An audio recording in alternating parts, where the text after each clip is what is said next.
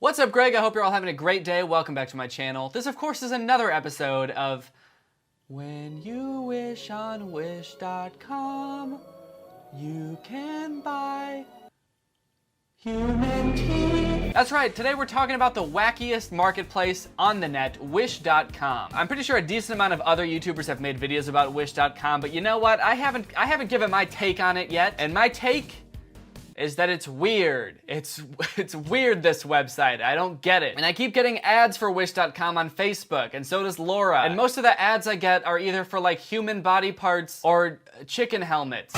And I don't know what I searched on Google that made Wish.com think I want to buy chicken helmets or a tongue. What did I search? So we're going to be talking about some of the weirdest products that I can find on Wish.com. I also tweeted asking you guys to send me some, so we'll talk about some of those as well. If you've never heard of Wish.com before, you can sort of think of it like Amazon.com, but if Amazon was run by the horniest person in the world, who also just happened to stumble upon an abandoned warehouse full of a bunch of random shit that no one would ever want. That, quite frankly, is the only explanation I can come up with for the absurd variety of products on Wish.com. In fact, I think this screenshot that I took of my homepage on Wish.com shows it off pretty well. What other online store would advertise giant water balloons for kids right next to something called men's tea? Ah, men's tea. Nourishing. Lasting. Lights your underwear on fire. Men's tea. This is what I wanted. Okay, to prove just how weird the products they have on Wish.com are, I decided to make a commercial for some of the products that you guys sent me on Twitter. So here's a commercial for Wish.com. Wish.com is the #1 online store on the internet for stuff that you didn't want or even know existed, but are still gonna buy, I hope. Bird holder.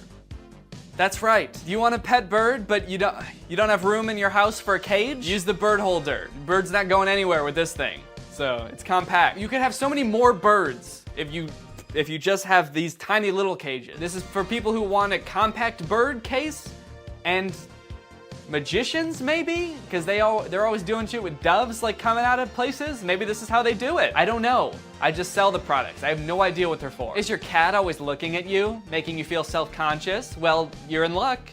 We got cat blindfolds. Cover their whole face. Now they can't look at shit. They might not even be able to breathe. Who knows? Could I interest you in an alley of stray cats? I think this one's pretty self-explanatory. $1 for 30 feral cats. Corn boat, $100. Do you suddenly have more cats than you did before due to a recent acquisition of an alley full of stray cats, but you're still self-conscious about your cats looking at you? Don't worry, we got a bunch more cat masks in different shapes and sizes. We sell so many cat blindfolds, it's crazy. Now I know some of you can relate to this one. Is your hamster all sad because they're tired of the hamster wheel and they want to go for a real walk? Well, guess what? Now you can take your hamster for the walk of his dreams with the new hamster harness. It's a harness for your hamster to take him on a walk. Just look how happy this hamster is. Okay, that's not a hamster. What happened to the hamster? We had a hamster. What did that chipmunk do to the hamster? I have no tit. Capiche? And of course, no online marketplace would be complete without a set of human teeth. I don't know why you would need these. I don't know why you would ever need to buy these, but I got to imagine that they're worth more than the $5 we're selling them for. These could go for a lot more on the black market, so really when you think about it, it's more than just teeth, it's an investment. Maybe they'd be good for dentists, I don't know. I got to imagine there's a better, more reputable place for dentists to buy teeth to practice on than Wish.com, but maybe there's a kink in the supply chain and you gotta get them from Wish. So get your teeth, well they're not your teeth, they're someone else's teeth, that they can be your teeth for $5. Wish.com, we don't know either. From what I can understand, there's a lot of weird people that use Wish.com, but there's a decent amount of normal people that use it too. The selling point for the weird people is obviously that most stores don't carry the weird shit that the weird people want. But I think a big selling point for normal people is that Wish.com has insanely low prices. For example, this Dell laptop, which is apparently being sold on Wish.com for $1. $1. For a laptop. I don't know how exactly they get the prices so low, but that's like their big thing, is that they have the lowest prices, and the only catch is that you have to wait for like weeks or sometimes even months for them to ship your product. So that, I guess that has something to do with it. I don't really understand how that correlates with having low prices, but then again, I'm no economics major. Another catch, if I'm to believe most of the YouTube reviews of Wish products that I've seen, is that you also rarely get the exact thing that you ordered. Like, you'd order this $1 Dell laptop from Wish.com, and it would come, but it would be made out of cardboard or just like a picture of a Dell laptop. There's a few different categories on Wish.com that really seem to attract the weirdness. So those are the ones I want to tackle on this video. The first one is self-improvement products. Now, mind you, when I say self-improvement, I don't mean like spiritually or like mentally improving yourself. It's not like self-help books. I'm talking like 8-pack cream. 8-pack removes fat, renews skin, firms. You can see an 8-pack in 3 days. Oh my God. What is this cream doing to your body that no matter what you look like before, in 3 days, you'll see an 8-pack? Powerful abdominal muscle stronger cream, anti-cellulite fat burning, slimming gel effective belly tighten weight loss product. So you're telling me that this cream makes muscles stronger and burns fat at the same time, and at such a rapid rate that you'll have a 6-pack in 3 days? I've been trying to get a 6-pack for my whole goddamn life. I didn't know this cream existed. I mean, this is unbelievable. Look at this. After cleaning the abdomen, take the appropriate gel evenly on the abdomen and waist. So he just rubs it, he massages the abdomen. Step 3, this process. Skin feeling a slight fever. Okay, that's probably not good. This product gives your skin a fever? I hope this is worth it. 4, recommend with regular habits and a healthy diet in order to achieve better use of results. Wish you early farewell, bellies. Perfect abdominal muscle you can own. Okay, that picture just confused me more. Let's check out the product description for this 8-pack gel to figure out exactly how this works. Like, what is really going on here? Help to firm, condition, and lubricate belly skin. Did the people who make this product know that having an 8-pack doesn't have anything to do with your skin?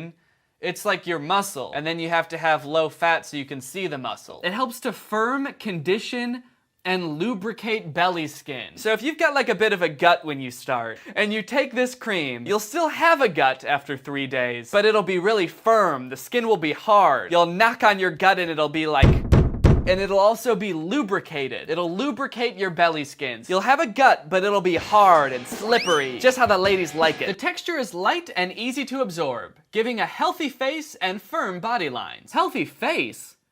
Are people rubbing this shit on their face? Imagine, like, no matter where you rub this on your body, it gives you a 6-pack there. So, like, you rub it on your cheeks and all of a sudden your face is just absolutely jacked, and since you got it on your hands, now you've got 8-packs on your hands. Okay, next up we've got some beard oil. So this is supposedly for people who can't grow a beard. It'll help you get a little bit more facial hair. Beard, chest hair growth, essential oils, more dense, thicker hair growth. So they've got this picture of a guy with a big beard that was supposedly grown with this beard oil. They've got, look, this guy can't grow a beard, and now he can because of this beard oil. And I was a little bit skeptical. I was like, I don't think a product really exists that can like help you that much with growing facial hair. But then I saw this picture where this guy must have accidentally got it all over his torso, and now he's a werewolf. And look at how he looks at his stomach too, like he knows he fucked up. He's like, I shouldn't have put this much on here. What am I gonna do with all this hair? And if that's not bad enough, look at the picture next to it.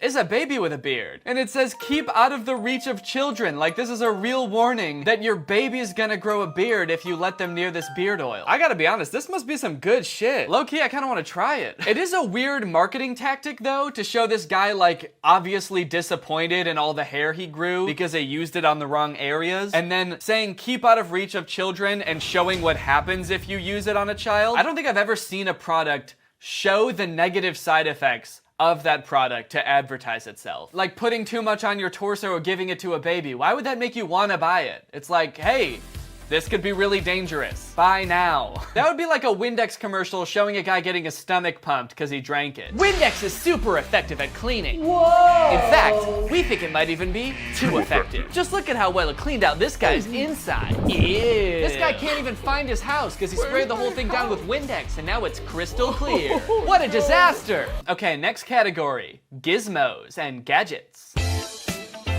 So there's a bunch of electronics that you can buy on Wish.com, and some are pretty innocuous. They're just like knockoff cell phones and stuff like that. But then there's also a worrisome side to this category, a creepy side. Like this, 1080p HD mini Wi-Fi spy camera. The main picture on this product page features all the different modes and features of the product, a little picture of the camera so you can see how small it is, day and night mode, and A naked woman laying on a bed? Uh-oh. There's just a picture of a naked woman laying on a bed in this picture. I'm definitely gonna have to blur this. And I gotta wonder what this unsuspecting woman has to do with a spy camera. That can't be good. Okay, let's take a look at this picture. This is all about the suggested uses of the camera. So maybe we can get a good idea of exactly who this is for. Small children? Don't worry about the babysitter. Okay, that makes sense. You've got a nanny and you want to check up on your kid throughout the day, so you have a little spy camera. I personally would probably put like a more noticeable camera. That way the nanny knows they're being watched and then they're more likely to behave in the first place. But hey, if you want to get a tiny little camera the size of a pea and spy on your nanny, I guess that's okay, is it? Actually, I don't think it is. I'm gonna take that back. I just tell your nanny that there is a camera there, I feel like. Go out to work? Worry about property security. Okay, that's kind of weird because this one says don't worry about the babysitter and this one's saying worry about property security. Almost as if to say like, if you get this camera, you won't even have to worry about the nanny, bro, but you're still gonna have to worry about your house. This won't do shit for your house. Can't see at night? Fear of not being used? Is that what that says? I can't tell because this is kind of blurry. Fear of not being used. And also, what is this picture? Who fears not being used? The camera? Hey, just quick warning, when you get this camera, make sure that you use it, because if you don't, it's gonna get really scared and insecure that you don't like it, and then it's gonna stop working, and then it's gonna blow up and turn into a magical fire cross. So if you can't see at night, use this camera, because it has a big fear of not being used. For a long time?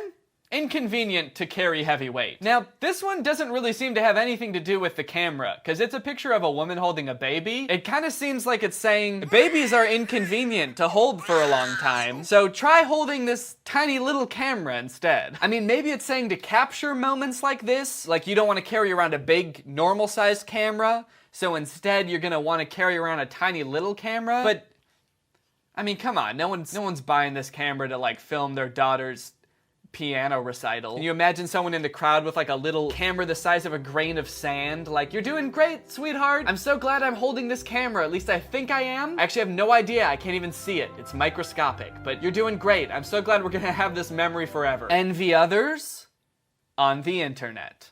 And it's a picture of a cat. That's the last use. I seriously, someone please tell me what this means, because I have no idea. Do you envy others on the internet? Well, look, here's a cat.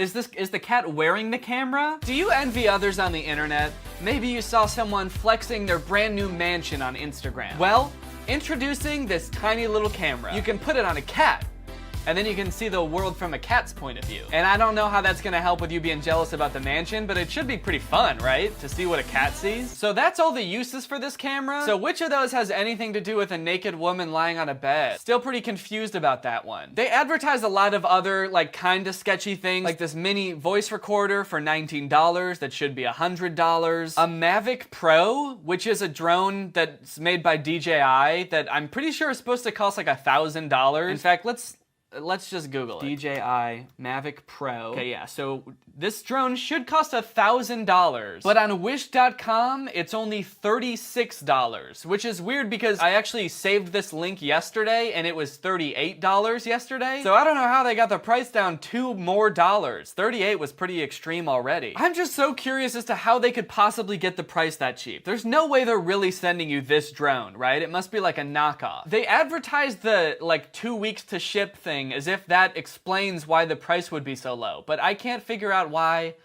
that would be. Like, I'm starting to think that the reason it takes 2 weeks to ship is because it's just one guy with a laptop running the entirety of Wish.com. And so when you order this $36 drone, he's like, oh shit, we got a new order. Oh, but I don't have any drones. That's right, because I'm just one guy with a laptop. So then he spends the next 2 weeks planning and executing a heist where he steals a drone from someone and then he mails you that drone. And the reason it costs $36 is because he bought some snacks on the way to the heist and they cost $36. Mini GPS Cheating Defender. So this is a very interesting product. It's apparently a GPS device specifically marketed towards people who think their significant other is cheating on them, and so they're gonna stick it on them to see where they go. I don't know where you stick it on someone where they won't notice? Like, are you gonna make them eat it? Because they'll notice if it's in their pocket or something. And then I guess you get the app on your phone, and you can follow them around like a little sleuth, and then you go right to their mistress's house, and you kick down the door, and you're like, I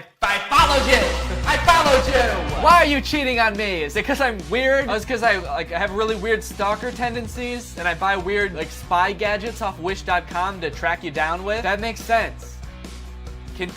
Actually, you know what? Carry on. I'm just gonna chill and watch. Or no, you want me to leave? Okay, I'll leave. I'll do that. I will leave.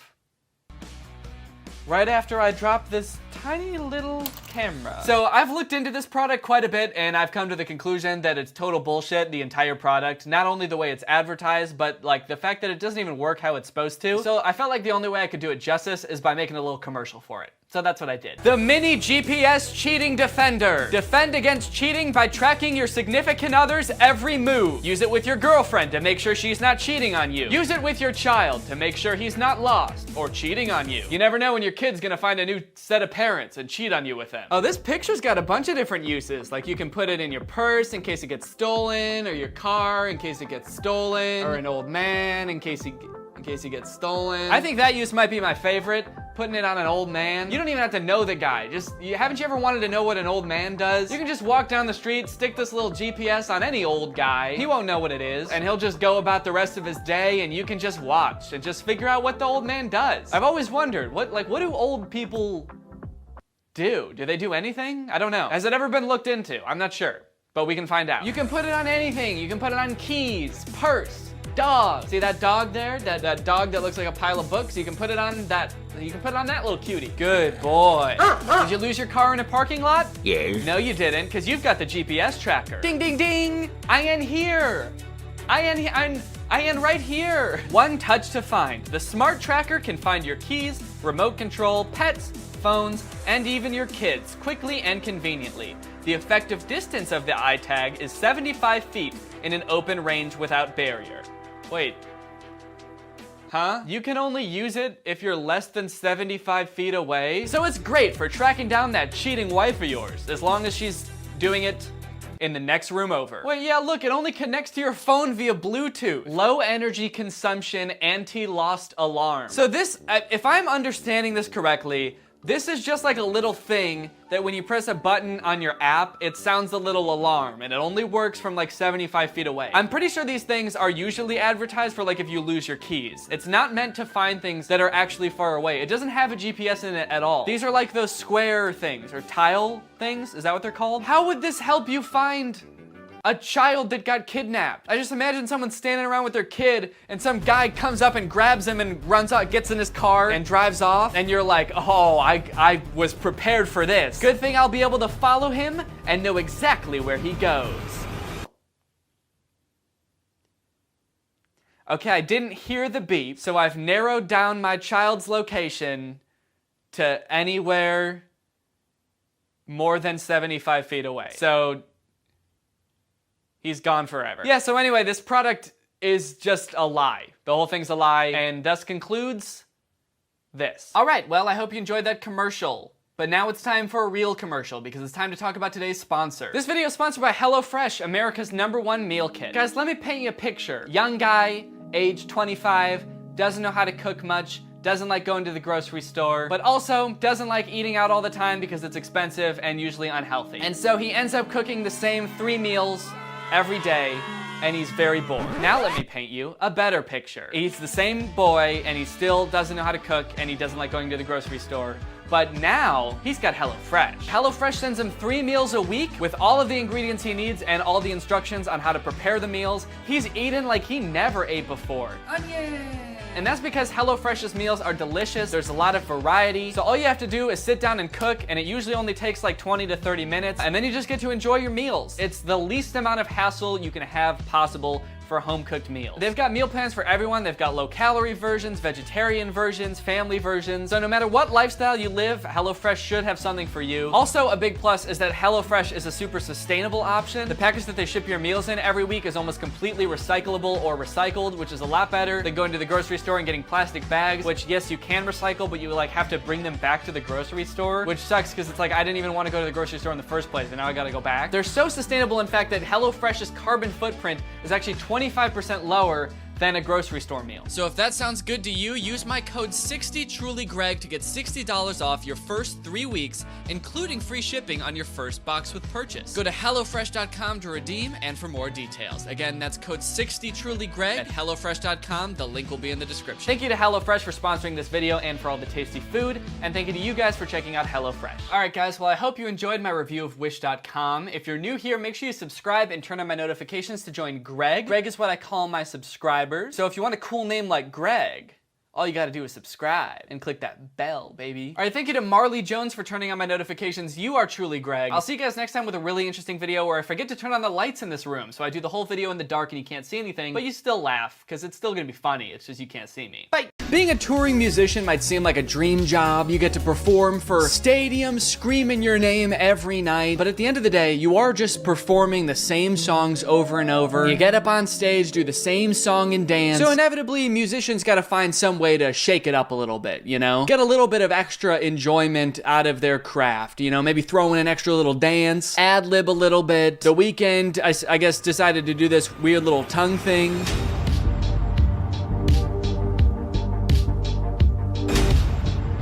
Sick, man. That's cool. Do you think if he held up the microphone to his mouth while he was doing it, you would hear? It's such a confident little dance to do, too, while you're doing the weirdest thing imaginable. This is what the people came to see. This is how it's done. Oh, God, there's another angle. Was this the same show? I wonder. BC Place, maybe? Vancouver? Was this also in Vancouver? I can't tell. I can't tell if this was the same show. I don't know if he was doing it the whole tour. This video's from 2022. At the very least, I can tell you, I don't think he's doing it anymore because I just saw him a couple months ago and he didn't do it then. Thank God.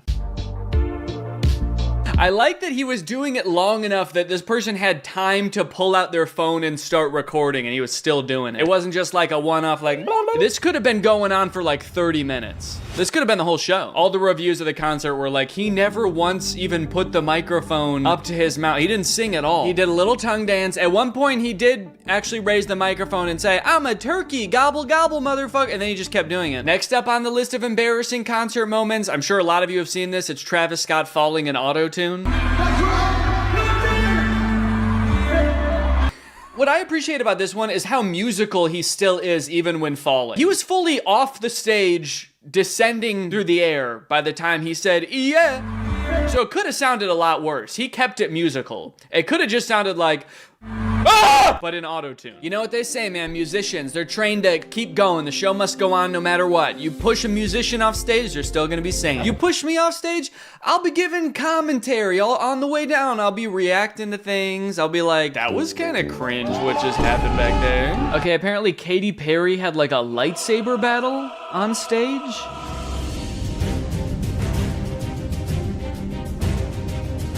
Now, you guys might think that this is kind of corny, kind of cringe, but the crazy thing is, this wasn't planned. Katy Perry has no clue who these guys are. She's actually defending herself right now. I like that she waited until he was all the way up in the air to swing where he was. And right now seems like the right time to swing. Go!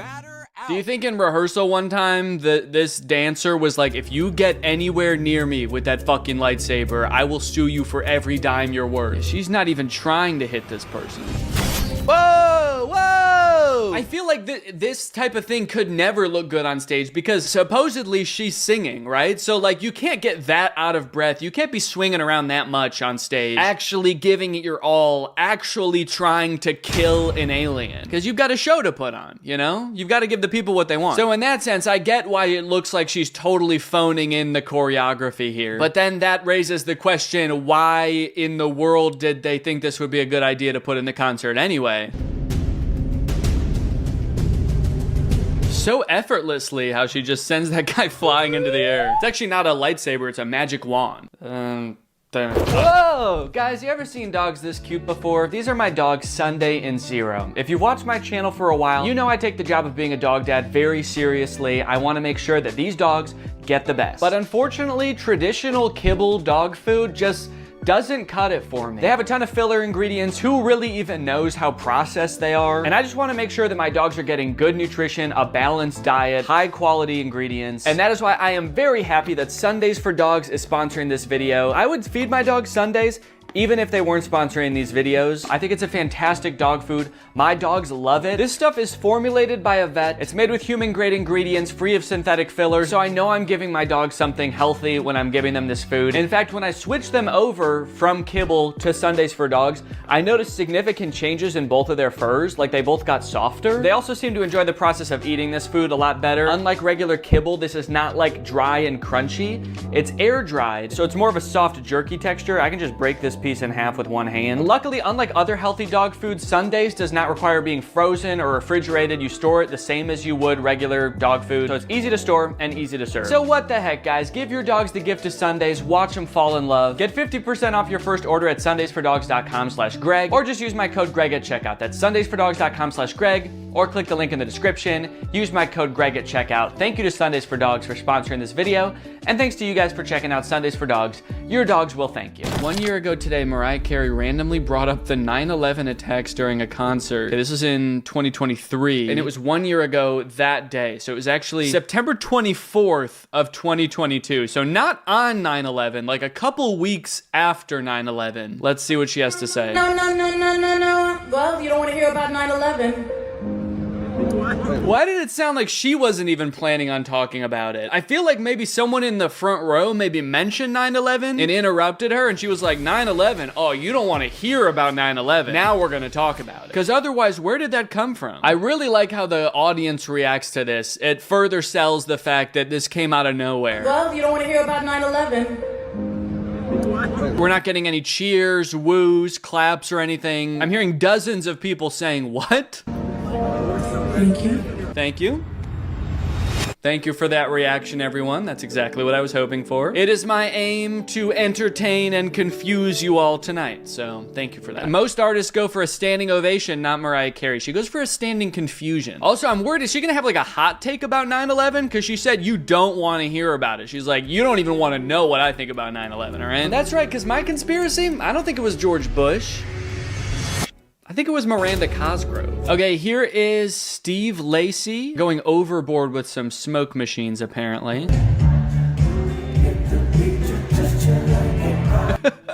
He's just gone. This gives the vibe that that's not really him. Like they were like, oh no, Steve Lacy's in the hospital tonight, but the show must go on. What are we gonna do? Also, who is Steve Lacy? Does he have any songs I know? Oh, Bad Habit. Okay. Yep.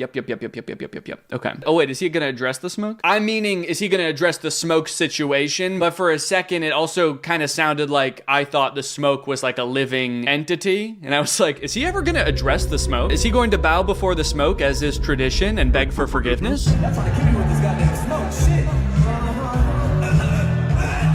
He just dies. Help! I can't breathe!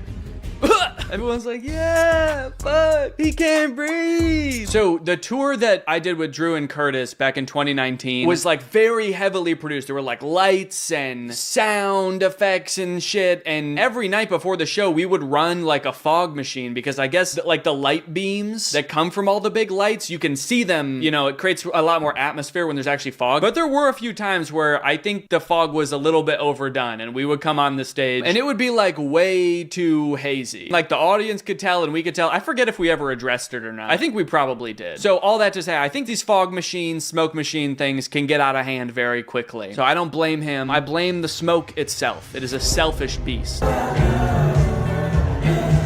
He's actually not there anymore. I think this was a disappearing trick. Look at, he's there. The smoke consumes him, and then he's gone. All of a sudden, everybody hears like, everyone, look behind you! Everyone turns around, and he's there, but he's dead because the smoke killed him. These motherfuckers, I swear, they tried to kill your favorite bitch! They tried to fucking kill me! Who is she talking about? Who tried to kill her? Is she also talking about 9/11? I was in the towers that day! This video just reminded me of, I don't know why this video reminded, have you guys seen the video of Kanye West like sprinting across the stage during Touch the Sky? I just wanted to dance, I wanted to take a bite, I don't know why I'm like asking you as if you're gonna, like, this is a live stream. Did you? Did you see it? It's okay, I'll wait. Now you're just being rude. Okay, this one's a good one. I really like this one. Drake performing the end of Headlines. This looks like a really old video.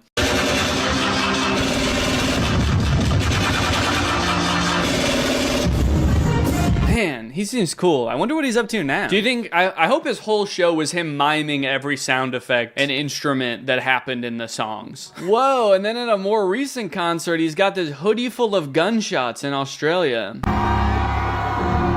So wait, in that first clip, Drake was shooting at himself from the future. This Drake went back in time and was like, dude, Drake, I have to tell you something from the future. And Drake was like, no.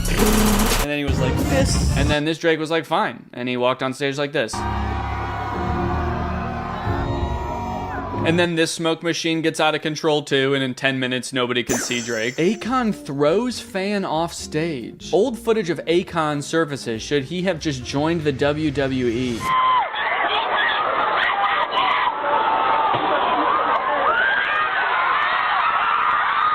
What the hell? Why, Akon? Why? Who's next? He does the whole audience one by one. This is his workout. This is just how Akon works out. Yeah. Wait, why isn't there any music playing also? Is this a concert?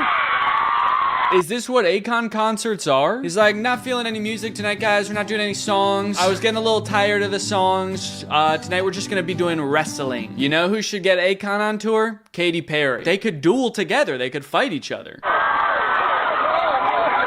Oh my god, yeah, okay, so he threw him on top of other people, so... Oh, but he looks okay. He looks confused, as does everyone else around. Now, Akon definitely doesn't have a single song where he needs to be doing all that. Does Akon rage like that? Like, I could picture that at a Travis Scott show, but Akon? What's like the most popular Akon song? Smack That. More like Smack Down. I Wanna Love You? More like I Wanna Throw You. Locked Up? How about Tossed Up? Okay. That time Miguel leg dropped a fan in the audience. Who's Miguel? Miguel is an American singer-songwriter, best known for... Okay, I don't know him, but he's gonna drop kick somebody. Whoa! He was trying to jump to the other stage, and I guess he didn't anticipate. He was like, oh, my bad, my fans are usually much shorter than this. I don't know why there's so many tall people in the crowd tonight. Bam! Wow, I mean, he could have crushed that lady's skull. He sat on her neck, I think, and he just keeps singing. A little reminiscent of the Goofy scream. Okay, so he reaches back to be like, oh, are you okay? Oh, we're cool. Look at that. She's okay, everybody. That's not even the lady he crushed. She's got blonde hair. These two ladies have dark hair. This lady back here is the one he befriended. Yeah, they're off to the hospital. They don't have time to talk to Miguel. I like when moments from concerts blow up and then they inevitably get comments that are like, he doesn't need a single song where he needs to be doing all that. Now, Akon definitely doesn't have a single song where he needs to be doing all that. I want to someday make a song where I do need to be doing all that. Like, I want to make a song that's so insane that you could see me doing anything on stage and people would be like, yeah, that makes sense. He should be going harder, actually. Fergie sings the national anthem at the NBA All-Star Game. This has 30 million views. By the dawn's early light, and let's least whoa. Oh no, he looks like he's about to cry. Everybody's having a slightly different reaction. They showed Chance. He was laughing. Some of them look like they don't want to be on camera at all. They're like, get that shit out of my face. I don't want to be a part of this in any way. Okay, well, it looks like the most rewatched part is over here. Let's go here.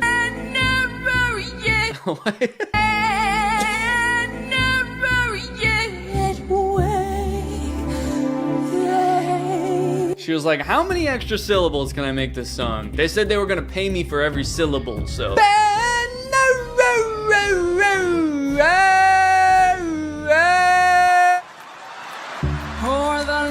No, everybody's laughing at her. How have I never seen this? This is crazy.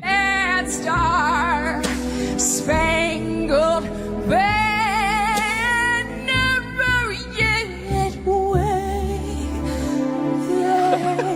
bewildered. He's never heard anything like it. Dude, I feel like everyone is so unanimously like giddy about this that I feel like both teams playing in this game are about to be like, you know what, guys, let's just go out there. Let's just do this. Can we call a truce? We're just doing this one for fun, all right? Let's just have a good time out there. Who needs points? Let's do a no points game. And the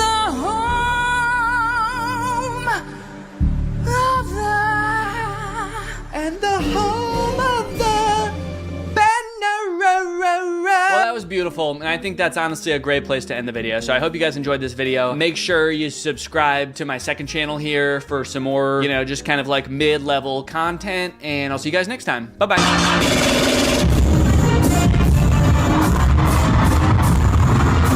I've got great news, everybody. Amazon finally has houses. Amazon is now selling houses. I'm 23 years old. I just bought a house off Amazon. I don't know when this became a thing, but it is now, and some guy did it. A man bought a house on Amazon, and I want to see what happens when you do so. So let's get into it. So this is a little introductory TikTok. I guess people started to realize on TikTok that you could buy a house on Amazon. So she is expressing that here. You can buy a prefabbed house on Amazon and literally build it in 8 hours. And here is one of the houses in question. 3 reviews, 3 stars. I mean, it's not a huge house, I'll say that. It is only $8,000. I think the one that the guy actually buys is more than that, and I think it's gonna be bigger than this. I don't know, the thing that's throwing me off the most is the fact that you could build it in 8 hours. And literally build it in 8 hours. I don't know, at the end of the day, if houses are meant to be built in 8 hours. Like, do you wanna live in something you threw up in an afternoon? That doesn't seem like it should be a permanent structure, your permanent shelter. But I don't know, maybe this thing is well made. Oh, it's okay, container house. So maybe it's made out of a shipping container? Maybe the whole thing actually shows up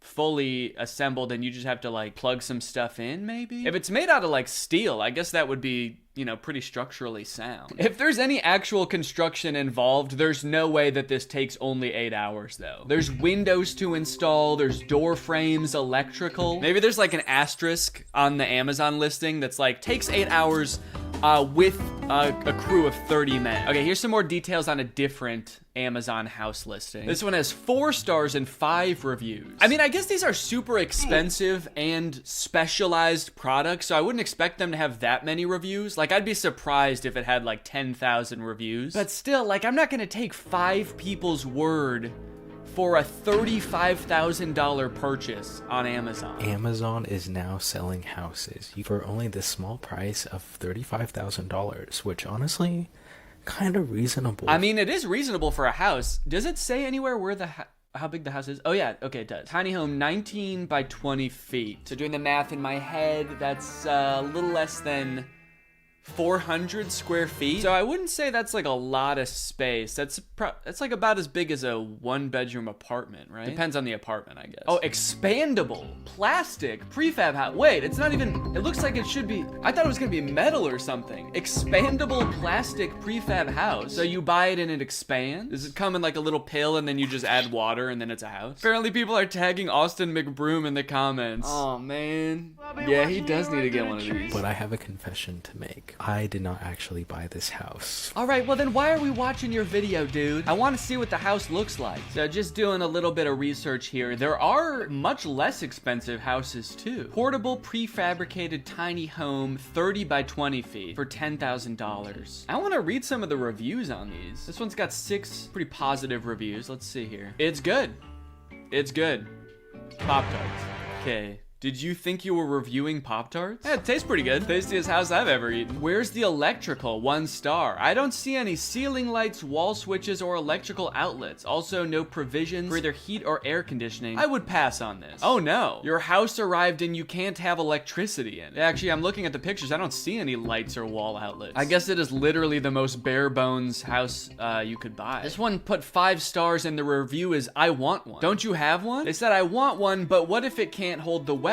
Question mark, question mark. Well, as someone who bought one, you should be able to answer that. Did you buy one? How are you reviewing this product? Okay, anyway, let's get to the actual purchase of the house so we can watch this whole saga unfold. I'm 23 years old. I just bought a house off Amazon. Take the card. Take the fucking card away. I bought a fucking house on Amazon. A whole house on Amazon. Okay, so he's got the receipt and everything. So he posted this January 24th, and the house is gonna be arriving January 29th to the 30th. So it's only gonna take 6 days for this house to show up. How do they even ship it? It's gotta be a big truck. That is lightning fast, dude, for a house. And we already know it's not gonna take very long to assemble. This dude's gonna be in his house before we know it. Now, I am a little curious about his situation right now. Does he have land for the house? Does he already have a house and this is just gonna go in his backyard or something? Like, where's he gonna put this? Okay, so the one that he bought was $26,000 total. Well, $24,000 and then $2,000 in taxes. Shipping costs $0? Someone is doing that for free? Hauling a whole house to you? That's kind of crazy. Amazon Prime is nuts, dude. Another thing I'm curious about is, does he not want a house? He kept saying, like, take my card away. I didn't want to do this. Take the card. Take the fucking card away. Were you in the market for a house? Because, see, I didn't even know you could buy houses on Amazon until this happened. So I wouldn't even think to accidentally do this. But it seems like you got yourself in a situation that most people don't even know exists. All I'm gonna say is, go buy y'all a house, shit. And now he's recommending other people do it. Take away my credit card, guys. I should not have done this. I should not have bought a house. I'm so stupid. Anyways, guys, get your houses in the link down below. I've got an affiliate link and I will get some of the proceeds. All I'm gonna say is Amazon is really like a dangerous place, because it's like, really? Houses? Bitch, I didn't even think twice about it. I just did Okay, it. that is scary. I mean, like, traditionally buying a house, there is a lot of rigmarole you have to go through. There's a lot of time to back out, but he didn't even have a second to back out. And even if he wanted to cancel the order, he's only got a few days to think about it. The house will be upon him. The house is going to be on top of him, like he's the Wicked Witch of the East before he knows it. I don't even know where I'm gonna put the house. Oh, no. Can you buy land on Amazon? Land. No. Oh, no, dude, you are screwed. So I can see what he's saying about Amazon being a dangerous place now, because there's definitely some other things that you had to think through before ordering a house. Do you need a foundation, even for one of these like prefab houses? Doesn't it need to sit on something aside from just the grass? That doesn't seem very stable. I feel like if there was like a strong gust of wind, the house would blow away or something. Okay, next TikTok. The house is here. So now we finally get to see the house in action. 5 guys and 27 minutes later, it's here. This one took 27 minutes to set up? Dude, all right, if you're gonna buy a house, buy this one. 8 hours versus 27 minutes is insane. I guess they did have 5 guys on the job. All right, y'all, the house is here. Before I show y'all the house, I want to thank Karina because she was an Amazon specialist. She seen my TikTok. And she said she follows me and she loves me. She gave me upgrades, y'all. She gave me a whole different color house, and it's on the papers it says the square footage is way bigger. Whoa, okay, so he got hooked up by Amazon for making that video. Amazon, hook me up with a house. Send me a house. I need a house for my house. It could be my son's house. I'll put it in my backyard. He can have his own house. He's lived here long enough. 5 months, it's time to move out. So they opened it, they unfolded it for me and everything. Look, I don't know anything about the structural integrity of this house, but just the term unfolded does worry me. They unfolded it. The house arrived and they unfolded it like it's a piece of origami. Like, you better hope that it's not gonna fold while you're asleep. If it unfolds, it could fold. And then where are you gonna be? Like the Wicked Witch of the East, man. The house is storage at right now because I have not bought the land yet. He still doesn't know where he's gonna put it, so he's storing it somewhere. Is it stored somewhere right now? Because it's unfolded. Or is it just like in his apartment building's parking lot or something? Does he just have a house at his apartment right now? If it's here every week, I have to give them $150 every week because it's storage here. So now instead of paying rent at his apartment, he's got a house that he is also paying rent for, while he is still paying rent for his apartment. He's got to pay rent for him to live somewhere, and then he has to pay rent for his house to live somewhere. This is the outside. They already set it up and everything. This the plumbing and stuff right here. Okay, it looks like really short to me. That's the first thing I'm noticing. Like he's standing next to the house and it's like a foot maybe taller than him. And then as he's walking around, you notice that it's also propped up off of the ground a few inches. So it's really maybe only like 3 inches taller than he is. I feel like just walking around, you'd be bumping your head on the ceiling. You don't think to look at that when you're looking at the Amazon listing. You want to know horizontal space. How much room do I have to run around? You don't even think how much room do I have to jump around, because you would just assume they would make it like regular size, like rooms have a regular height to them. But apparently not so. This is one of the couches she gave me. I don't know if this is a couch or a deck. Let me stop saying that. This is one of the things she gave me. That is definitely an outdoor couch and an outdoor table. I have actually an outdoor couch that looks very similar to this. I don't know if that like says good things about the structural integrity of the house if they're giving you like weatherproof furniture. That's not good. This is the bathroom. I mean, all things considered, like it's, you know, it's the size of a 1-bedroom apartment. And if you have your own land and you want to just plop this down, as long as it's like structurally sound, that seems like a fine deal. Oh, here's another couch. Okay, that's it. That's indoor furniture for sure. Yeah, it looks like there's like a lot of like hinges and joints everywhere. That would concern me. Listen, Karina, I don't know if you're trying to be shady, sister, but Pink, girl, call me again. We'll have a talk. I'm just playing. Thank you, though. Didn't sound like you were playing. It sounds like you're actually pissed at her. Thank you for the furniture, but honestly, it fucking sucks. You sent me the wrong shit. An outdoor couch and a pink couch? The ceilings, I'm 5'8", so the ceilings are not like too high. Yeah, okay, so he's 5'8". In this area, it's, you know, he can touch the ceiling, and then he walks into this area where it looks even lower. I'm 5'10", so I'd be 2 inches taller than him in here. Yeah, I don't think I'd like this. I would feel very claustrophobic. Let's check out the next update. Oh, that's not a good sign. Whatever he's doing next in the house, participating in this activity could result in you or others getting hurt. Warning, do not buy a house on Amazon. It will fold up while you're asleep. So a lot of people been asking me, am I gonna live here? I'm not gonna live here. I'm actually gonna Airbnb it. What? Dude, no. No. Do not turn this into an Airbnb. The ceilings are very small. I'm 5'8". I could touch the ceilings. Yeah, well, you bought it, man. Don't make it other people's problems. I don't know if other people have this experience, but like every Airbnb I've booked in the past like 2 years have made me be like, I'm never booking an Airbnb again. Because you always show up and then there's some shit like this where it's like, oh, you thought it was a normal house? Well, it's actually, the ceilings are 6 feet high. Sorry.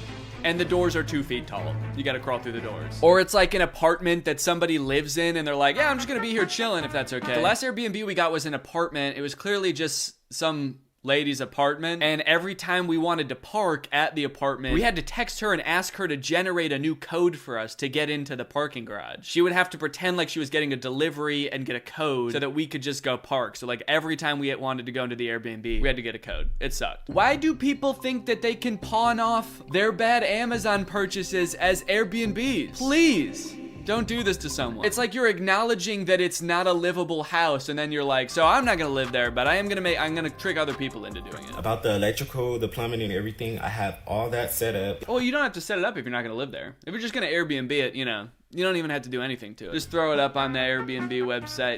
They can figure it out when they get there, you know? They'll bring candles. The couches, these couches, I'm not gonna keep these. I don't like them. I actually hate them. Oh my god. He hates everything about this. It's funny because he said earlier that the Amazon person that he talked to watches his videos and loves his videos, and he's like actively shit-talking her. She fucking sucks. She sent me the wrong couches. I also hate this house. And I hate her. I actually think she's out to get me. I'm gonna get the walls drywall. You are able to get the walls drywall, so I'm gonna do all that. You're gonna put like insulation in there also? I mean, the drywall's a good idea. Adding drywall, plumbing, electrical, that's all great. It does kind of sound like the house was not built though, technically, if you're still having to do all that. Sounds like you didn't buy a house. It kind of sounds like you still have to build a house inside the house. And that will make the ceilings even lower, actually. Now that I'm thinking about it, you're gonna add lights and drywall on the ceiling. So I think participating in this activity could result in you or others getting hurt. Maybe they mean booking this Airbnb. It's gonna hurt your neck if you're over 6 foot, or it's gonna hurt your head You're gonna bump it. Okay, let's see what the comments are saying. I wouldn't Airbnb it. I would use it as a salon for someone and they'll just pay you rent. You can rent it to some nail techs or esthetician, brow specialist, etc. Wait, why do so many people say salons and nail techs? Do they have like notoriously low ceilings? Everyone knows every salon is just a shipping container that they just dress up real nice. So why don't you just do that? Very smart decision. That will bring in realtor income. I see this going very far for you. Social media made millionaires. Blessings. I really dislike the type of person that like tries to make a quick buck off of Airbnb or being a landlord. Some Airbnbs I'm sure are great, but a lot of people who have Airbnbs are just doing it to make the quickest buck possible. Put in as little work, flip a house so poorly, and then like make you take a vacation there. It's not a very smart decision. He was just describing how unlivable the house is, and his solution is to make strangers pay to live there. That's smart as fuck. If you're watching this, Jeff, please put at least in the Airbnb description that the ceilings are only like 6.5 feet tall. Because if I showed up on vacation and this was my Airbnb, I would cry. Okay, there's an article about this on the New York Post. Gen Z millennials are becoming homeowners thanks to $30,000 tiny homes on Amazon. Now, look, I know that the housing market is crazy right now. So the more people being able to afford homes, the better. And if there are versions of this that aren't like borderline scams because they're too short, then I think that's great. I think people should definitely buy them and live in them themselves. Buy it, put it on your own land, and live there yourself. It's a small price to pay, and it's paying off big time. Cut to that dude we were just watching being like, I hate it in here. I'm never gonna set foot in here again. With homeownership being far out of reach for most millennials and Gen Zs due to inflated asking prices, astronomical interest rates, and crushing student loan debt, 20 and 30-somethings are getting creative about buying abodes. So rather than scrimping and saving their last pennies in the hopes of one day purchasing a brick and mortar mini mansion, money-savvy young adults are turning to an online retail giant for tiny prefab pads. I like that it says money-savvy young adults, as the one TikTok we watched of someone buying it was like, take my credit card away, man. I should not have done this. I just made a horrible financial mistake. So this could be a good thing. These tiny homes, this could be a good solution to some of the housing problem. I have also read that we need more of like that in-between housing that you don't really see in America, but you see in a lot of other countries. Things like townhouses and duplexes and stuff like that, because most of the US is zoned for single family housing, but what we need is more dense housing, because that's obviously a lot cheaper, so it makes all housing cheaper, I think. That's what I've read anyway. Nathan Graham, the 27-year-old influencer behind kid-friendly gaming brand Unspeakable, ignited the viral thunderstrike in Amazon house shopping, which has seen over 88,000 folks beneath the TikTok viral hashtag Amazon Home bragging about their new nest. Oh, so this all started from a Unspeakable YouTube video. It's an awesome name for a kid's YouTuber. What's up, guys? Today we're gonna be committing another unspeakable act. Unspeakable Amazon house. I bought a house on Amazon. You can buy anything on Amazon, but did you know that you could buy a house? Okay, so from that, it looked like he was buying the $8,000 one. Oh wait, no, $38,000 one. Okay, and I'm just gonna skip forward here to see the inside of the house. And over here, this is my favorite part of the house. We have an 80-inch TV. We got a couch and our bed over here. Okay, no, this one actually looks like it's got decent height ceilings, I think. I don't know how tall these guys are, so maybe it's not that bad. I would still be concerned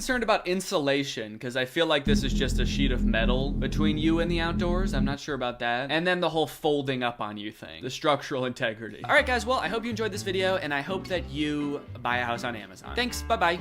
What's up, Greg, and welcome back to the Beef Zone, baby. This is where we talk about the internet's hottest drama going on right now. Today, we're gonna be talking about Axel Weber. He's a TikTok star, and he's already started one of the year's most insane internet quarrels. I don't particularly talk about internet drama too much on my channel, but I had to do an installment of the Beef Zone just this once because this is a pretty unique case. I don't think I've ever seen anybody start an internet beef quite like this before. And that's because this dude, Axel, has started a feud with a college. This dude has started beef with a 4-year accredited institution. I've never seen that happen before. Other influencers are out here starting beefs with each other because of like messy breakups, problematic tweets. This dude's out here starting beef with institutions. That's crazy. I'm gonna start doing that. The DMV, you're done. You're canceled. I had to wait in line once 5 years ago when I got my license renewed.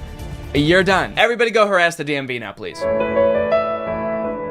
No, don't actually do that. This dude, Axel Weber, he's a very popular TikToker. He's got 3.9 million followers. He is, Okay, what was that? It looked like he was calling me? Okay, it's to share to WhatsApp, I see. I click on it, he's like, hey dude, are you making a video about me right now? No. How did you know that? So yeah, he was already really popular on TikTok. He had like 1 million followers a couple months ago, and now he's skyrocketed to almost 3.9 million followers, mostly because of this series of videos he did auditioning for Juilliard's acting school, and he did not get in. And his fans were like so upset by this that they started a war with Juilliard, which like thrust Axel into the spotlight because all of these major news outlets were like covering this dude. And so now he has like almost 4 million followers literally because he didn't get into Juilliard. Kind of crazy considering I also didn't get into Juilliard and I don't have 4 million followers on TikTok. So what happened with that? I didn't even get an audition with Juilliard. They didn't even offer me one. How fucked up is that? Where are my fans? Greg, what's going on? It's just kind of crazy that you can get famous for not doing something impressive, you know? Like if he had gotten into Juilliard, that would be really cool. That'd be worth, you know, making a big stink about, I feel like, because like nobody gets into Juilliard. Dude, did you hear about that guy who's going viral because he's gonna try to climb Mount Everest blindfolded with his hands tied behind his back? Oh no way, dude, that sounds insane. Did he actually do it? No, no, actually he did not. He's dead. He died. Not even on the mountain either. He choked on a granola bar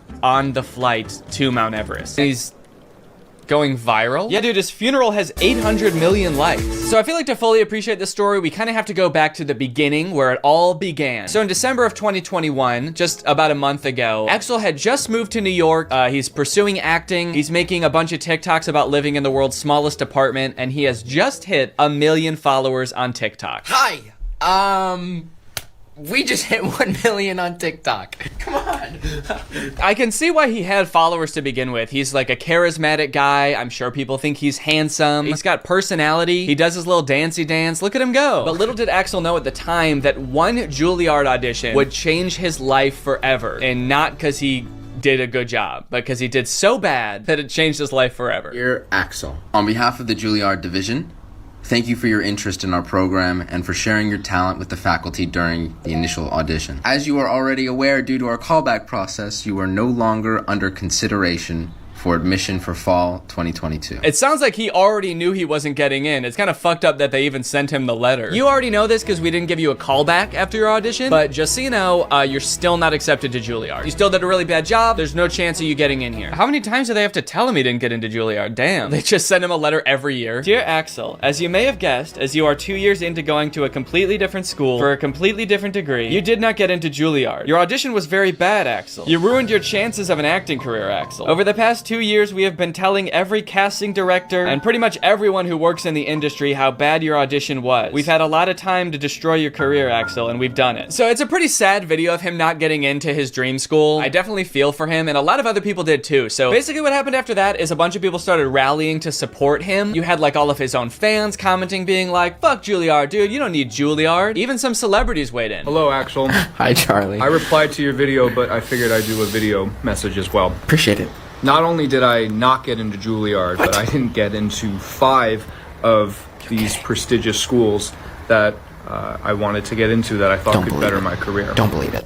And while I do think school is great, and I did end up going to Berkeley, okay, a prestigious Berkeley, conservatory for the arts congrats, is not going to be the thing that defines your career as an actor. Ooh. Honestly, I mean, it's a sweet sentiment, and I agree with the message. You know, not every famous actor went to a super prestigious school like Juilliard to learn how to act. You know, some just had rich parents, and so that's how they got into it. Lucky for him, I feel like he seems to like Charlie Puth. I feel like this video would not be nearly as impactful if it was like some guy that Axel does not care about. There's a video of Vanilla Ice being like, take it from me, Vanilla Ice.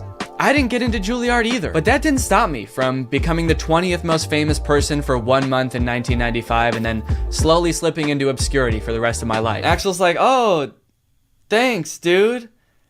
Does anyone else want to chime in? Did anyone else not get into Juilliard? Someone with like a lifelong body of work? Someone with a really impressive career? It wasn't just like celebrities reaching out to Axel either. There were like different organizations being like, hey, you don't need Juilliard, dude. Come work with us and we'll get you to where you want to be in your career. I didn't get into Juilliard. We know that. And I did get another letter to prove it. This is the 17th one they've sent me now. But I did get a modeling contract with one of the largest agencies in the world. So I am a little confused about how this happened or why Axel seems to be so like excited about it. It does seem to be like totally unrelated to what he said his dream was. I thought he wanted to be an actor and go to a prestigious acting school. Like, does he even want to be a model? I don't know if he's ever mentioned it before. I watched a few of his TikToks from like before that, and it seemed like he really wanted to be an actor. It's like a totally different industry. All right, guys, you know that my dream of becoming a professional actor didn't work out, but I am still gonna be working in the industry, it turns out. I got a job at a movie theater. I think I may be able to work my way up from there. I think you'll be seeing me on the big screen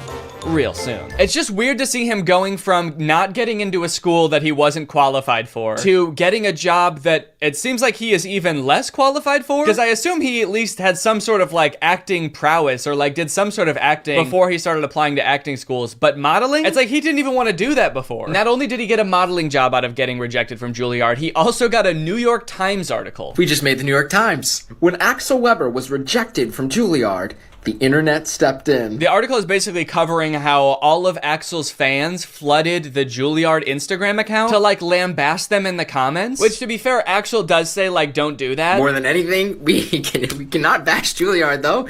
They're just doing their job. I don't want to lead you into thinking that Axel like actively encouraged this and like caused this to happen. Like he was like, fuck Juilliard. Everybody ripped them to shreds in the comments, but his videos did unintentionally have that consequence. And it's pretty crazy to read some of the comments that people have left on Juilliard's Instagram account. Let's take a look at some of them. Their most recent posts have like 0 comments, 1 comment, 6 comments. Let's go to around the time this Axel Weber drama was going on. 1,000 comments, 2,000 comments, 18,000 comments. 18,000? Dude, what were people saying? Let my boy Axel in. He deserves better. Let Axel in. Get my boy in. My dog died on campus and they tied me up and made me eat it.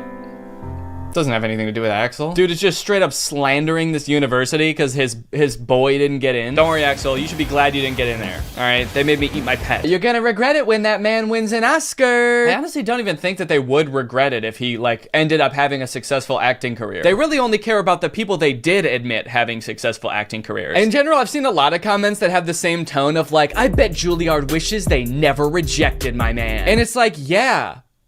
Probably, but I don't think it's for the reason you think. I don't think it's like the dean's office that are like, oh, we should have never said no. He's so talented. Look at him on TikTok doing his little dancey dance. He's wearing a sweater. He's modeling. Oh, what we could have had. No, it's not them, dude. It's the poor like 20-year-old marketing intern that runs the Juilliard school Instagram account. It's the person who keeps getting notifications on their phone saying like, let Axel in. New Instagram comment. Let Axel in. They're the one that's probably like, Jesus Christ, couldn't they just fucking accept this kid? I really like this comment. Let him in, you dogs. L school. Juilliard does not care, all right? They do not care that they have 18,000 comments on one post. The headmaster of Juilliard, what is it? What is like the person who is in charge called? Is it the dean? The headmaster? The principal? I went to college. I don't know why the president. We had a president of our school. I don't think the president is reading these comments being like, L school. Oh, classes are canceled today. Go home. Everyone go home. It's also like, whoa, dude, don't start insulting the kid's dream school. You're not really rooting for him if you're like, oh, you wanted to go to that L school, Axel? That decrepit excuse for a school run by dogs? I definitely feel bad for whatever school he applies to next if he ever tries to apply for college again. When they get that application, they're just gonna like start sweating immediately. All right, who's next on the list of applicants? All right, no pressure, but if we don't let this kid in, we're gonna get doxxed and swatted. Right now, you're probably wondering, like, what were Axel's chances of getting into Juilliard? Like, was he a shoo-in and like a really good actor and had like an insane experience? What is this guy's qualifications? First off, let's look up how hard is it to get into Juilliard. Spelled Juilliard wrong, so I am definitely not going to get in. Admission to Juilliard is highly competitive with an overall acceptance rate between 5 and 8%. So it's an extremely difficult school to get into. Obviously, it's like insanely prestigious. But you know, maybe he killed his audition. Maybe he's a great actor. So let's see. He has a TikTok talking about how his audition went. So let's hear in his own words how he describes it. Here's how you absolutely botch a Juilliard audition. Remember I said the only thing I can't do is an accent? I did an accent. I couldn't help it. I just Oberon to make him smile. It just sounds better when he sounds like he came straight out of an HBO show. All right, I know it's not the point of the TikTok, but what does he mean I couldn't help it when he said he did the accent? Like, did you prepare your audition and not practice an accent at all? And then the second you get into your audition, you're like, hello, governor. Why am I talking like this? Oh, no. Did you really just decide to do an accent on the fly? Because, like, holy shit, what a bad idea. Of course you didn't get into Juilliard, dude. You went off book. You became a different nationality. Live. The guy gave me absolutely no reaction. He just stared right into my soul. I feel like that's kind of how auditions go, though. If you do a really great job, they're not supposed to be like, like right off the bat. I think they're supposed to play it cool because they can't like make you think you got the part just in case, you know, someone even better comes in and then they have to give it to that person. And what reaction was he expecting? Guys, I don't think my audition went very well. The admissions director didn't even come. He just said, thanks, that'll be all. You know what he should have done if he wanted to impress them? He should have came into the audition speaking in a British accent, and then when he was actually reading his monologue, switched to his regular American accent. They would have been blown away. I have an audition for Juilliard, January 9th. I have to learn some Shakespeare. Never even read Hamlet. I jest to Oberon and make him smile when I a fat and bean-fed horse beguile, neighing in likeness of a filly foal, and sometimes I lurk in a gossip's bowl. I don't understand what's happening. Not that I really think that this made a difference, but just a word of advice. If you're applying for a college, I wouldn't post on your like public social media something about like the application process or the audition process being like, I don't know what the fuck this means. This shit's dumb, dude. Shakespeare sounds like an idiot, man. It's also weird that like, after all of these videos of him being like, I don't know what the fuck Shakespeare is, and him being like, I randomly did an accent at the audition, that all of his fans still have his back. And they're still like, you deserve to get into Juilliard. Don't worry, we'll take it from here. We're gonna get you into Juilliard. We're gonna storm Juilliard for you, buddy, don't worry. Anything to get you in. All of this brings up a bigger topic of like, why are people so invested in this guy getting into Juilliard? This guy who like, has literally shown no prowess, no acting prowess whatsoever. He's been like, I botched my audition.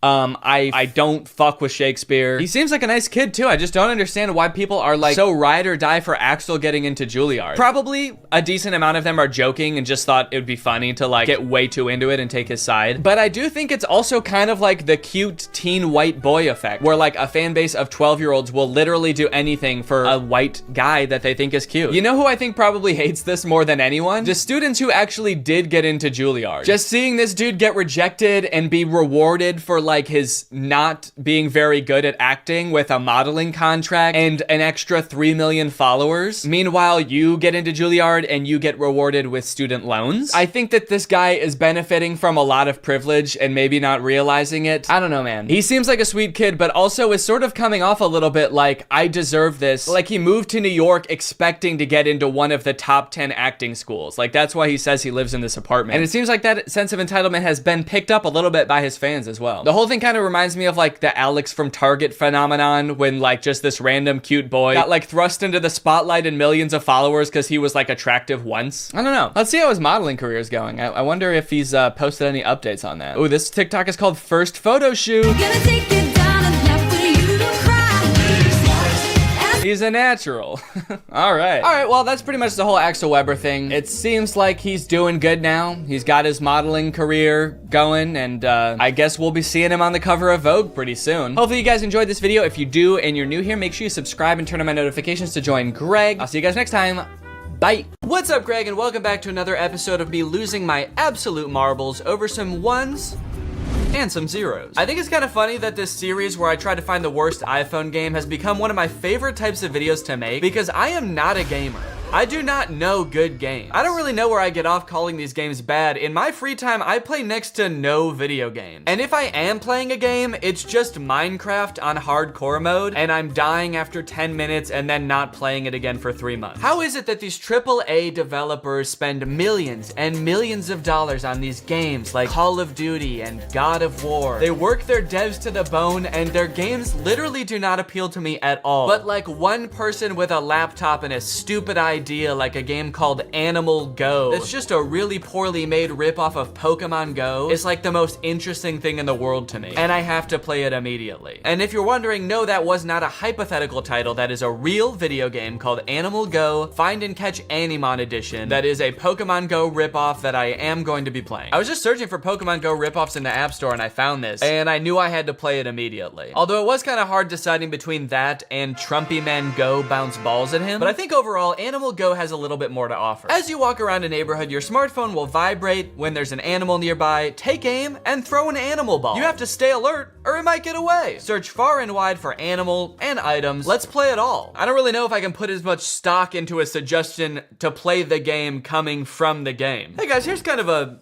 fun idea. Let's play me. Let's play all of me. So it looks a lot like Pokemon Go, where you just walk around in real life and occasionally you'll stumble upon a tiger or a water buffalo, it looks like. You throw the animal's ball to catch it. The animal's ball? Okay, this game's a little bit more fucked up than I thought. And I'll be taking those, and then I'll be throwing them right back at you. I will say that now that I'm looking at all these animals' pictures together, they almost look a little bit too eager to be caught. And now that's kind of creeping me out. Oh no, you found me. You found my little pink elephant self. Don't trap me in my own ball. Please, anything but that. You're like, he's saying he doesn't want me to, but he really looks like he does want me to. No, don't cut my balls off. I would hate that. But overall, I'm excited to see where this game takes me, and I'm downloading Animal Go. Okay, this game looks horrifying. Jesus Christ. It's called Date Master Kissing Booth. Give the best kiss. It looks like some kind of game where you're preparing for a date by picking up different items along the way to your date. So you can either pick up money or bottles of poison, which would obviously make the date go pretty poorly because you'd be dead. You can show up either in a suit top or barefoot, and all of these, it looks like, influences this bar here. I guess once you get to the date, you can engage in some sort of kissing frenzy. And it looks like here that the kiss is going so well that she's crying. And I say that because this bar is filled up to the top where this emoji is absolutely, I mean, he's indisposed. He's out of his mind. So this is horrifying for sure, but I think that the other end of the spectrum is also gonna be terrifying because it's a puking emoji. So like if we pick up one wrong thing, is she gonna puke on our tongues? Also, I'm curious about all the different stuff you can pick up. So obviously showing up in a suit is better than showing up barefoot. But then the next thing down the road is you either pick up sneakers or a bed. It's like, first off, I thought we already decided if we were wearing shoes or not at this one. Why does every option seem to be like, okay, so you're not gonna show up barefoot. Are you sure you really wanna wear shoes to this thing? Okay. And then also, like, are you stopping at an IKEA on the way to the restaurant to buy a bed frame? Also, not to harp on the shoe thing, but he is already wearing shoes. He's walking to the date and he already has on shoes. So why the fuck would he take them off before he gets there? Okay.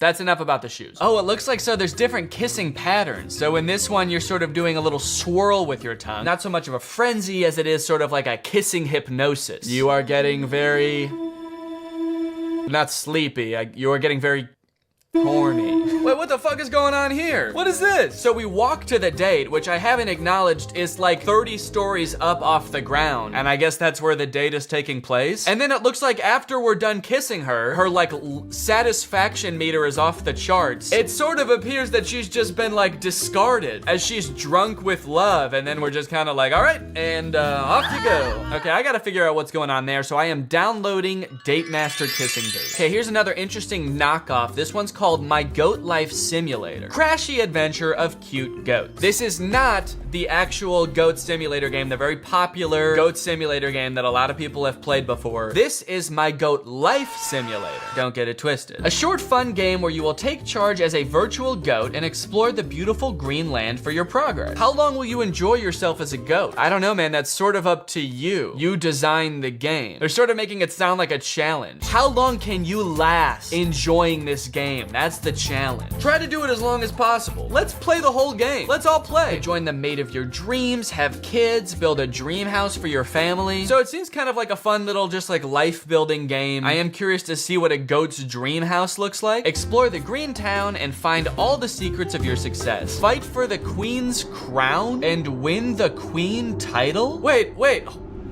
What? Where the hell did that come from? The description took such a drastic turn. This is not what I was led to believe the game was about at all. It was like, live a simple life on the farm, grow your family, find the mate of your dreams, kill the queen, stage a coup and become emperor, take charge as a pro fighter, and knock down other goats to rescue your family. Our family was kidnapped by other goats? The simple life of a goat, you know? Trying to dethrone the queen like a Shakespearean play. Hamlet was actually based off goats. Enjoy the story of a real goat with a map to hang out in the town, a full-fledged feeding mode. What does that mean? A full-fledged feeding mode where you have to eat plants every 5 to 10 minutes for survival. Yeah, just like a real goat. You know how goats have to eat plants every 5 minutes or they'll die? I'm glad it's a full-fledged feeding mode though. Game developers, if you're watching this, I will let you skimp on any part of a game except feeding mode, okay? I need a full-fledged, no compromises feeding mode. Let me look at these pictures to try to figure out what the hell you do in this game. Escape from thief, okay. At least he's following COVID guidelines, that's good to see. Kick and pot the ball in hole. Okay, so there is a castle in the background I'm noticing, so I guess that's where the queen lives. I guess where we're gonna live pretty soon, actually. Jump over the wooden boxes in the yard. Hell yeah. Okay, now I'm in. I wasn't in before, but now that I know you can jump over the wooden boxes,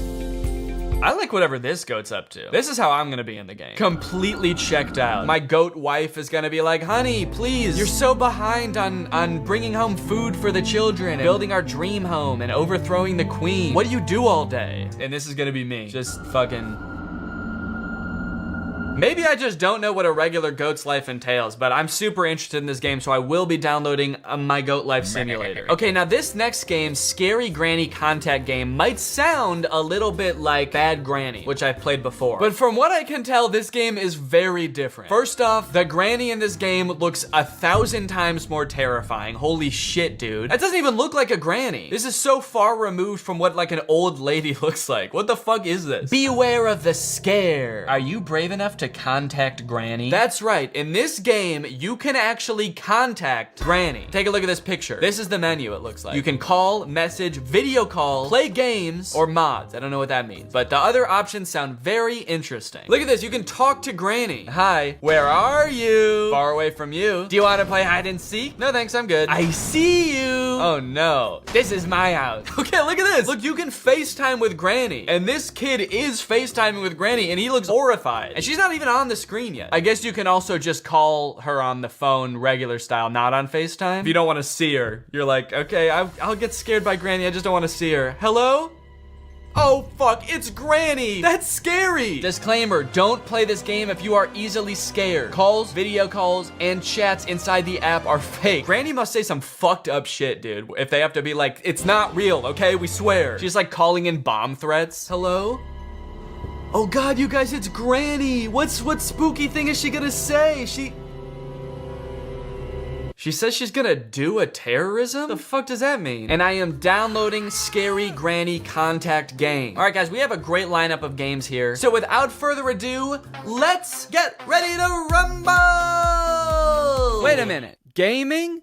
On an empty stomach? I don't think so. You know, I might not know too much about gaming, but I do know that trying to game without a delicious and nutritious meal in your stomach is a big mistake. But luckily, today's video is sponsored by Factor. Factor delivers fresh, never frozen, dietitian-approved meals right to your doorstep. You guys know I'm not a huge fan of the hassle of grocery shopping, which is why I like HelloFresh so much, and Factor is actually owned by HelloFresh. And I think where Factor really comes in handy, for me personally anyway, are those times where I want a meal at home, I want to eat healthy, but I also don't want to whip up a meal from scratch. Factor takes the guesswork out of everything, they take the prep work out of everything by giving you the meal in its entirety, ready to go. All you have to do is heat it up and you've got a delicious and nutritious meal. Factor offers keto meals. They offer calorie smart meals, chef's choice, vegan, veggie, pretty much any type of meal to fit any type of lifestyle Factor has. Their plans range from 4 to 18 meals per week, so however many Factor meals you want in a week, they can fit your lifestyle. They've also got a bunch of fun add-ons like these smoothies, which are very tasty. So if you want to check Factor out for yourself, then head on over to factor75.com or click the link below and use my code Danny50 to get 50% off your first box. That's factor75.com. Use my code Danny50 for 50% off your first box. Thank you to Factor for sponsoring this this video. Thank you to you guys for checking out Factor. Now let's get ready to rumble! Alright boys and girls, it's time to play Animal Go. When I first opened the app, I was greeted with a very fun character creation page. There's a little player on the screen and it's telling me to enter my name. And the player is sort of dancing like this. Okay, what should I make my name? What is the name of someone who would go around catching animals? Cruella de Vil? Yeah, my main objective in this game is pretty much to skin every animal alive that I find. The first thing I noticed as my character was plopped into the world was a button at the bottom of the screen that said free animal balls. So I pressed it and it turns out the way you get animal balls in this game is by watching ads. A task that is significantly more embarrassing to do in public. You know, the nice thing about these games, you know, people say it about Pokemon Go too, is they get you out, you know? They get you out and about, walking into random fields, holding your phone like this. It's been a long winter and I haven't spent a lot of time outside lately, so it is kind of nice to just be walking around, I'll give them that. When I arrived at my first animal, it took me a second to figure out how to interact with it. Come on, dude, get to him. Jesus, is he running away? The hell? Wait, actually, is he actually running away? How do I get to him? Wait, oh, I passed him. But eventually I clicked on it. Do I have to click on him? And it was go time. Animal Go would like to access my camera. Hell yeah. This elephant had the upper hand immediately. Despite being right in front of me on the map, to my surprise, he was right behind me. Ah. And to my terror, he was in the sky. He's in the sky. Oh my God. I do have to give the game some props though. I really didn't think that there would be any kind of like augmented reality aspect to this game like there is in Pokemon Go. It just seems like something that's kind of difficult to figure out, and I think I'm right because they didn't really figure it out because the elephant was in the sky. But the elephant is firmly planted in the world. It's just not in the right part of the world. It should be on the ground, I think. So herein lies the first problem. There was absolutely no instructions on how to catch this thing, on how to capture this angelic sky elephant. I did not know what I was doing. So I just kind of fucked around for a while. I flicked the screen, I tried tapping the elephant until the game, I guess, just decided, no, you're done. It's not gonna happen today. You're not gonna catch the elephant, so you're done. Did I get him? It went back into normal view. Did I catch him? No, I didn't. I shook the failure off pretty quickly though and immediately set my sights on a new animal, a lion that was hanging out in a baseball field. Did they put him in the dirt? It's like the worst place for him to be is in this like muddy, wet sand. But hey, I guess that's where lions hang out. The muddy, wet sand of a baseball diamond. Oh, fuck. Oh, God. I can't. Watch what happens when my foot goes in here. Ugh. Can I just catch the lion from here? You could if you had any animal balls left. I don't have enough balls. That's right. When you watch an ad, you get 20 animal balls. But every time you throw a ball, despite the fact that you can see that ball coming back to you to be thrown again, you're actually losing that ball. To watch an ad to get more balls. I think I honestly have a better shot on the other side of this dirt. So I'm gonna go around. Oh yeah, I'm closing in on him now. And of course he's gonna be right behind me. Yep, there he is. I seriously have no clue how to do this. Look at him, he's just standing there begging to be caught and I can't even figure it out. He's giving me these like longing eyes like, please, please Danny, I just wanna be in a ball. It hurts to be out here. You may be having, oh, wait, did I get him? Didn't say I got him, but maybe. God damn it, dude. I think I just ran out of balls. My next attempt did not go well either. I even tried buying some magic dust from the store, but it turns out that that doesn't actually do anything. Where's the magic dust? There's no magic dust on my screen. I don't know where that went. I feel like my little Cruella de Vil character just snorted it the second he got it. He was like, oh, magic dust, sick, thanks. How the fuck are we gonna catch this lion, dude? I don't know. Oh my God, I'm just gonna waste all my balls. When I was playing this game, it was 45 degrees outside. I was getting cold. I was starting to lose hope. Do you think the people working in those office buildings are watching me right now, wondering what the hell I'm doing? But just as I was about to give it all up and throw in the towel, please, God, let me catch this water buffalo. Maybe I can, like, I hit him to, like, weaken him or something? Or can I move him around? What did I do? Wait, why did it vibrate? It vibrated that time. Did I catch him?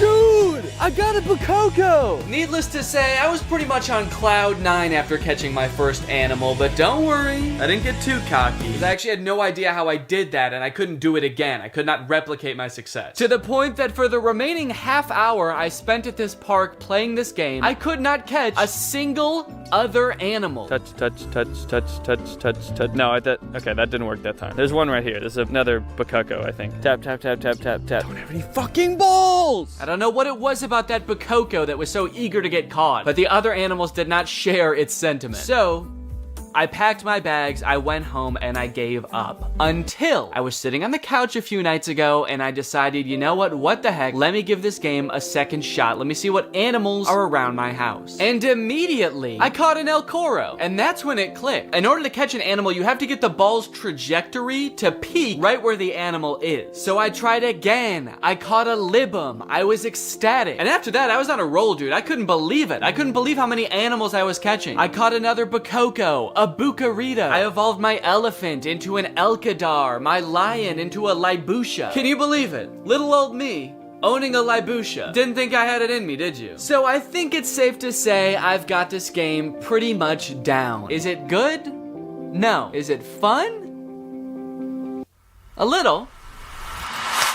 Date Master Kissing Booth was next. Luckily, I could play this one from the comfort of my own home. I would rather get trampled by an Elkadar than play this one in public. Certainly don't want this game sending me notifications. Certainly don't want it tracking me. Hey, Date Master Kissing Booth is tracking your location and we noticed you're on your way to a date. Do you want to swing by an IKEA to pick up a bed frame on the way? Maybe a shoe store? The game mechanics of this game are pretty much exactly what you would expect based on the pictures of this game in the App Store. Okay, so I'm this stinky, flea-ridden man. Oh, and I am wearing no shoes. There's no sound in this game, so you just silently walk down this road in the sky, picking various options on the way to your date. And then you get to the kissing portion. Since it was my first time, I wasn't necessarily in a rush when I got to this part. I was more so marveling at how upsetting the visuals were. Oh, gross, dude. Oh, but apparently you have to be pretty quick during this part. An oversight, which I was severely punished for. Did you see how she got mad when I took too long? Okay, oh, oh, what the fuck? Wait, oh God. Is she gonna puke on our tongues? She threw up because I took too long to move my tongue while kissing her. What's taking this fucker so long? But that's arguably less disturbing than what happens if you kiss her correctly. I'm not gonna make her throw up this time. Why did her tongue vibrate just then? Did anyone see that? Okay, and kissing frenzy. Oh my God, dude, she's crying, I'm sorry. Okay, whoa, what the whoa! Oh my God, what the hell? Dude, that was scary as hell. She turned into a rag doll. It was like her bones were breaking in midair. Under some kind of demonic love curse, my date is cast into the air, mouth agape, bones squishy, honestly. Looking like a character in Stranger Things getting their soul eaten by Vecna, or whatever Vecna does in Stranger Things. Remember that? And then I guess whatever she lands on determines how well you did on that course. Your soulmates. If I was really soulmates with this girl, I could have shown up without all of the extra shit. I could have showed up without the suit jacket, and she would have loved me anyway. I'm not buying this whole soulmates thing. After a while of playing this game, I started to feel like the choices you make along the way don't have much of an effect on your final score as long as you do well in the kissing section. So on the next go, I purposely picked a few of the bad options like a bucket hat and jeans, and I still did pretty well. Instead of soulmate, I landed on beloved, but I mean, honestly, that still sounds pretty good to me. Like, it still sounds like she likes me, you know? She wouldn't call me beloved if she wasn't like a little bit into me. When I tried purposely picking every bad option, however, I was not met with such grace. I was met with a Fortnite dance, actually. She Fortnite danced at me and called me a bad date. Anyway, I think we're done with this game. What do you say? All right, guys, let's take a trip out of the city and into the countryside. And also out of a man's body and into a goat's. So I thought this game was going to be kind of like an open world game where you can live out the life of this goat as you see fit, but it's actually a very straightforward story type game that takes place over the course of 6 levels. The first couple levels of the game just get you acquainted with the general vibe and mechanics of the game. You pass through tires, you climb up a tower, all things that get you familiar with the controls. Your goat also has a pretty sick jump. Whoa! Wait. Oh my God! Oh shit! Can I like fuck with these goats over here? Can I, whoa, sort of like grind it along the goat, like a skateboarder. Let's attack a horse. Whoa, And speaking of the goats jump, I don't know what happened, but this is not the same game that it was advertised to be on the App Store at all. Half the things it lists on the App Store you can't even do in this game. Things you can't do in this game include jumping over crates. They had 2 pictures where the goats jumping over crates in the game. You never do that. Escape from thieves. There are no thieves. This little goat golf game. You also never get the chance to rescue your family from the goat kidnappers, or whatever it said in the description of the game. That never happens. The first half of this game is pretty lame, honestly. You're just stuck in this small little pen. You can't even leave the pen for most of the game. Things you can do in this game that aren't listed in the App Store. Pop a ball. Jump and knock red ball. Oh, I don't know how this happened. How did the description of the game end up so drastically different than the game? Did whoever made this game get in some sort of horrible accident between completing the game and putting it on the App Store and developed amnesia, so they just had to like guess what was in the game? Anyway, the story really starts to pick up around level 5 when we're told we have to go pay the queen a visit. Level 5, give Goat Queen a visit. Queen guards are causing a great deal of pain and disturbance to your yard animals. Go talk to her strongly. Talk to her so fucking jacked. Your Highness, I would like a word. Could you please keep your guards out of my yard? And while that did sound pretty fun, after a few very boring levels of being trapped inside this pen, I started concocting a different plan. Okay, now, hear me out. I could go to the castle, but this is the first time I've been let out of my pen, ever. I might not get another chance like this again to escape and just start a new life entirely. So maybe I want to do that? So with nothing on me but the horns on my head, I made my escape. Oh, fuck! What the— Damn it, dude! Look, there's an invisible wall right here! Like, 2 feet away from where I was supposed to go. What about this way? Yep, okay, there's an invisible wall there too. What the hell, man? Now I do want to kill this queen. I feel like she's behind it. Let's go talk to her jackedly. Okay, so then I storm into the castle. I give the queen a piece of my mind. My queen, your guards are disturbing my animals. So what? I ordered them to do it. She ordered her guards to just disturb my animals? Hey, go down there and disturb those motherfuckers, dude. Then you are a bad queen. Who the hell are you to judge me? I like that their body language doesn't match the growing intensity of the conversation at all. The queen is just like laying. Who the hell do you think you are anyway? Eventually we decide talking isn't gonna cut it. We need to fight. So let's check out the combat in this game. Fight with the queen guards. Oh shit. Oh my god. Maybe I'll jump over and get on the other side. Sort of a cat and mouse chase now. We're all going in circles, trying to catch each other. One of these days, I'm gonna catch you, motherfucker. And when I do, I'm gonna grind over top of you so hard. So this little chase, this little sort of playing hard to get, makes up about 90% of the combat in this game. The reason it happens is because they made your goat's turn radius really wide. So if you want to face your opponent to attack them, you have to do a little circle. And then if your opponent wants to face you to attack you, they also have to do a little circle. So before you know it, instead of fighting the queen's guards, you're sort of engaged in this fiery dance of passion with them. Anyway, I killed all the guards, and then I killed the queen. Oh, she's dead. And you might think this would solve all our problems, yes? No. Apparently, this whole issue goes even higher than the queen, because once we kill the queen and become the queen, be a queen is the last instruction. And then just be a queen. That's pretty much it. Just be a queen. Then the game gives us some mission where we have to go and destroy the owner's house. Level 6 destruction. Wait, there's more? Mess everything up in the garden and destroy some expensive things in the owner's house. Who is the owner? I didn't know we had an owner. I thought the queen was the owner. There's been no mention of an owner this entire time, and then it's like, finally we can get our revenge on this guy. Whoever this owner is, though, we must have really fucked them up by destroying their house, because we never see him again. I mean, we never saw him in the first place, but we definitely never see them now. They must come home to their house being ransacked by a goat, and they're just like, fuck, the goats have taken over. I gotta skip town. He's probably in some city now, walking down a street in the sky, picking options for a date.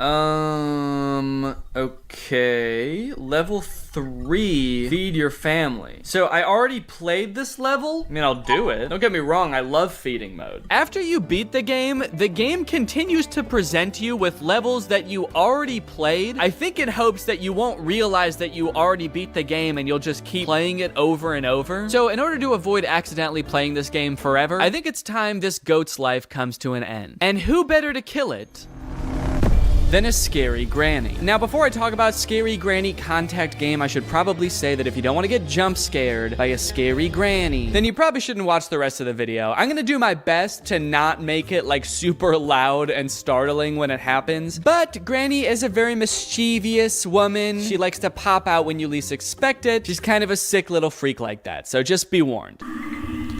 I like that before we've even started playing anything, Granny is already trying to communicate with us. She's just whispering, "I see you," over and over. You ever pay $6 just to get screamed at by an old lady? I have. Because in order to even select the play game option from the menu, you have to pay, you guessed it, $6. And all the play game option is like a fake trivia game that lulls you into a false sense of security, and then Granny pops out at you when you're least expecting it. And I mean least expecting it, dude. I was sneezing when it happened. Oh, fuck. Oh, shit. Jesus Christ, dude. Okay, so the whole play game thing is just to, like, fuck with a friend, I guess. You're like, hey, play this fun trivia game I found. Hold on, let me just open it up real quick. And you open it, and they hear creepy music and, like, a granny whispering, "I see you," while you get it set up. And then you're like, okay, here you go. How long did the 100 Years War last? It's not suspicious. Calling Granny is a little bit lackluster. The first time I contacted her, she was hellbent on playing hide and seek. Do you want to play hide and seek? But then when I finally agreed to play hide and seek with her, she hung up. Are you coming to find me? So we didn't agree on when and where we were playing. She just hung up and I never saw her. Maybe she's hiding, I guess, and I was supposed to go find her, but I still don't know where she is. The second time I called her, she was just like breathing heavily. She was out of breath. She sounded like she was on death's door. Granny, are you okay? You do not sound too good, Granny. Either that or, I don't know, I guess maybe she is playing hide and seek and she's in her hiding spot and she's like so excited for me to find her that she's panting basically. Can't wait for this motherfucker to find me. I'm gonna scare her. I'm so good. I'm a crazy grandma. Okay, let's message her and then we'll do the video call. Unfortunately, messaging Granny is much the same. I really thought this was gonna be some kind of AI chatbot where Granny is responding to what you're saying. And if this is some kind of AI, it's an AI that is designed to mimic a scary old woman that doesn't give a shit what you have to say, because she's gonna say what she wants to say whether you like it or not. And what she has to say is she wants to play hide and seek. Do you want to play hide and seek? This kind of seems like the same conversation we were having on the phone. This is my house. No, I'm at my house. Ah! Jesus, man. FaceTiming Granny is pretty funny, though. Granny game would like to access my camera. Okay. Hey, Granny. Granny, flip the camera around. I can't see you. Granny. Oh, fuck. Call finished. Wait, so did Granny just die? Because I was on FaceTime with Granny. She was holding the camera. And then she opened a door in her own house and got murdered with a chainsaw. It's not very scary. That's really sad. Dude, imagine that in the horror movie. Like, you know, a teenager gets a phone call that's like, hey, I'm right outside. I'm gonna kill you. And she's like, oh no, don't come in. And then the person on the other line is like, yeah, I'm gonna...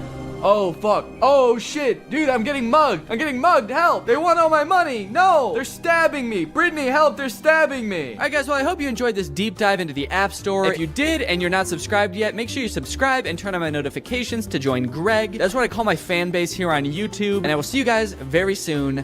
Bye-bye. Hello, everyone, and welcome back to my second channel. This is my second channel. It is not my main channel. And if you thought it was my main channel, then guess what? You're a stupid little worm. That's right. If you came here and honestly thought that this was my main channel and not my second channel where I like to get goofy, wacky, silly, and honestly just downright random, then you're off your rocker. I haven't posted here in a bit, and honestly, it's just because I haven't had any good ideas to post here. I don't really know what to post on my second channel. I sort of started it because I had all these ideas that I felt like weren't good enough for my main channel and I wanted to post on there, but then I sort of ran out of those ideas, and now I just don't have any ideas for this channel. So if you have any ideas for what I should do, let me know. I've got a LaCroix here. It's a pamplemousse, which means grapefruit in French. That's refreshing. That's good. All right, well, you probably saw the video that I posted on my main channel about all the tack products. In that video, I reviewed the commercial for all these tack products, and I actually bought a bunch of them for that video and ended up only using a couple of them for sketches and stuff, just because I wanted to have them just in case I needed them, and I only used like 2 of them. But I have all of them that I talked about. I have all of them here. You know, I figure why not turn this into a second channel video? I don't want all this stuff to go to waste and not get any content out of it, you know? Because I spent a lot of money on it, you know? So I've reviewed the commercials. Now it's time for me to give my review on the products, starting with the tack bat. I already opened this one because I used it in the video. But let's just take a look at the box real quick to see what we're getting ourselves into. 40 times brighter than this regular flashlight, and there's a picture of a flashlight. Also, I don't know why they really like taped this thing shut and put like cardboard all around it. It was in another box, and then when I opened that box, there was just like cardboard taped all around it, so I had to like peel that off and destroy the box while opening it. Probably ruining any value that this thing might have had on like a collector's market or anything. I don't know if people are gonna be collecting tack products in the future, but if they are, I'm out of luck. Visibility for 4 nautical miles.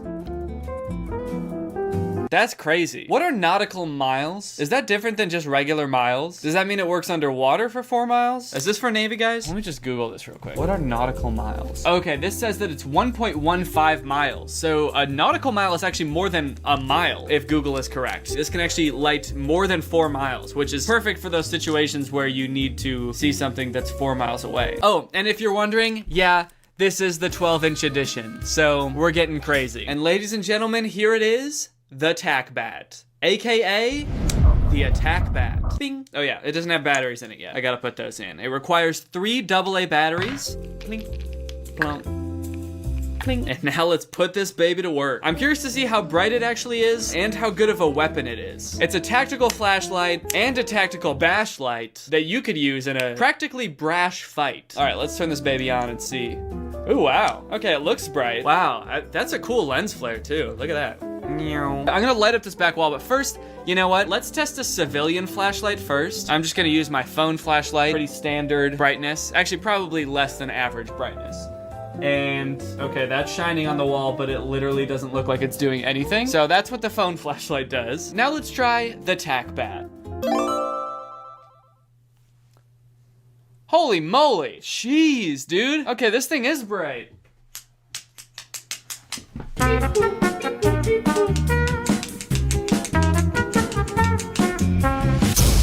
Wait, that's so annoying. So to turn it on, you just press it once, but then if you want to turn it off again, you have to cycle through all the different modes, which I think like goes down in brightness and then turns on strobe mode and then a different flashing mode and then it turns off. So let's say you've got it on, right? The super bright light, you're creeping through your house in the middle of the night trying to find the bathroom. You find it, and then you're like, okay, great. I've gotten to the bathroom, it's time to use the potty. So you press the button, you press it again, it gets dim, your eyes start to adjust to the darkness, and then just when you think it's time to take a little pee, bang, bang, bang, bang, bang, bang, bang, bang, bang, bang, ah! And then it turns off. It's sort of like you're using self-defense mode on yourself. All right, let's take a look at how good this thing is as a weapon. All right, I was half expecting the light to stop working when I hit him in the head, because it just seems like something that would happen, but you know what? This thing's military tough. I mean, say what you want about the commercials, but I'm actually kind of impressed. This is military tough. And I'm sorry. I'm sorry that I had to do that to you. Should I try self-defense mode on myself? Should I see if it disorients me? I'm gonna do it, but from a distance. Okay, so this is self-defense mode. I'm gonna set it on my desk, and then I'm gonna walk over here, about the distance a bad guy would be, and I'm gonna be doing my little bad guy things, and then I'm gonna turn around and see if it disorients me. No, it didn't. All right, guys, so I wanna test this out in a tactical situation. So what I've done here is I've set up a situation that I think we all pretty much fear in our homes. There's an attacker in my basement. Pretty much everyone's worst fear, a creeper from Minecraft, is in my basement. He's about to attack me, as you can clearly see. He's wild, he's crazy, and he's probably gonna be violent if I had to guess. So I'm gonna act this out as if it's a real life situation, and let's see what happens. Oh no, I hear a bump in the night. There might be something in my basement. Let's look around. We start with a wide beam. Is it you? No, okay, those are always there. The wide beam is good for like a quick search to find out who's in your basement, and then, oh shit! Then you kind of zero in on him with this. Now I suppose what I want to do, as you can clearly see, he's about to attack me.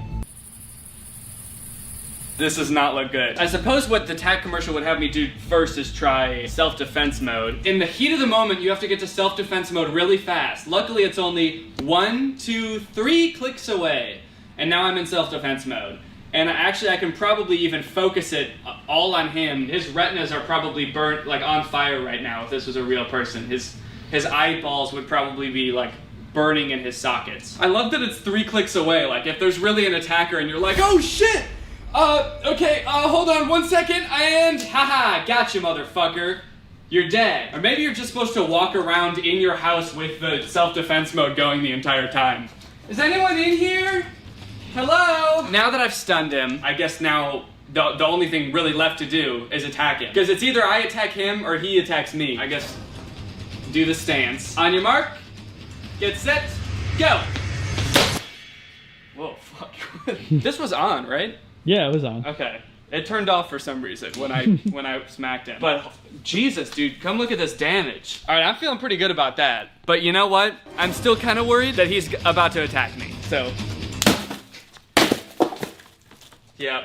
Okay. Yeah, he's looking pretty bad now, but let me just go ahead and just make sure with this. You know, it's a good idea even if your attacker is unconscious with a giant gash in his head and he's missing one of his legs. You still want to defend yourself against him because he still is probably about to attack you. That's why I like to keep on self-defense mode. I'll probably just stand here like this until the police come. I'll say, honey, there's an intruder in the basement, don't worry.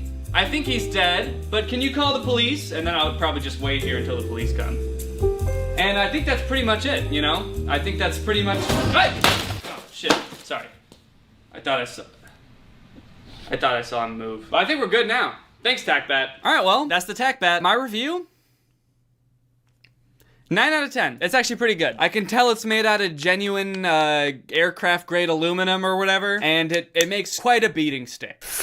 Okay, next up, the tack visor. This is the other one that I actually used in the video, if you remember. 2-in-1 car visor. I feel like they didn't talk about that enough in the commercial, but there's a nighttime driving visor and a daytime driving visor. The second you flip it down, you see a giant truck coming at you. This guy looks really happy. And then there's a nice before and after picture. Before, it looks like you're driving straight into heaven, and after you're just in New Mexico or some shit. So I have already opened it, and I have it right here. Yeah, I mean, this is pretty much it. It clips onto your car's actual visor, the non-tactical one, and it goes up like this, and then when you need it, it flips down like so. I actually am noticing that it kind of does that thing that it did in the commercial. Hold on 1 sec, and I'll try to show you what it does. All right, watch this. Ready? You see my reflection in it? But if I turn it this way, bada bing, bada boom, there's the eagle. You can see him clear as day. I mean, if I take this off, you can still see him, but that's how polarizing light works. If you turn it, then you can't see him anymore. Maybe I should take this into my car and see if it actually works in there, or if this makes any difference. All right, guys, time to test this thing out. I've got my visor here, my regular old visor that will block the road and all the cars and make it impossible for me to see. Let's get a quick demo of that. So let's say I'm like driving, and it's so bright and I can't see it, so I put down my visor, and as you can see, it's like pretty much useless. I can't even see the road anymore. Probably gonna crash and probably gonna die. That's why you want something like this, the tack visor. I believe it just clips on to your normal visor, making it actually useful for once. Okay, so my garage opener is already kind of in the way. And then it flips up like that. Let's just do a quick control test for comparison. I'm gonna drive without it. It's a nice snowy day, and snow always reflects light, you know, sunlight, so it's very bright out. Let's see how I drive without the tack visor. Fuck! Shit! As you could probably tell, it's almost impossible driving right now without some kind of help. I mean, if you want to just turn the camera so that they can see in front of us, it's honestly kind of feels like staring right into a TackBat in self-defense mode. Let's go ahead and flip down the tack visor.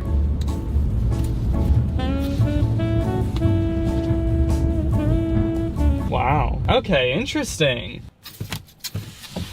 Huh. I cannot tell if this is helping much. I mean, it is making things darker. Because there's like bright windows behind me, like the side windows to the back windshield, I can see all of those reflected in this screen, and it's kind of really distracting. And I can also see like my reflection. I can see my mouth moving in the reflection here. As I said in the commercial, this is basically just like it polarizes the light, which is basically what most like sunglasses do if you have polarized sunglasses. So I'm gonna See, I think that these are better. I think I would just prefer to use these. Using them at the same time, however, this could be a game changer. Actually, I just like lifted my hand up and moved this thing. I feel like that could, whoa.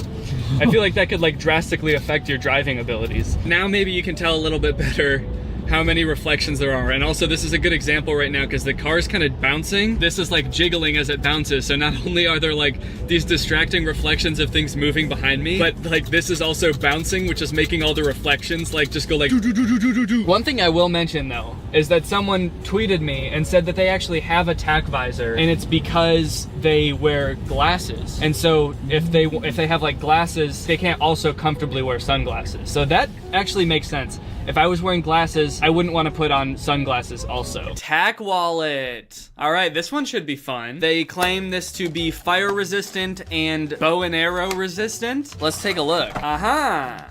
Velcro, very cool. Ooh, what's this? Oh, okay, it's just lists some of the features of the tack wallet. I thought it was gonna be a card to some like exclusive tack club that I was gonna get to be in. But it's just a stupid piece of cardboard. Lame. Oh, came with one of these, which is always fun to.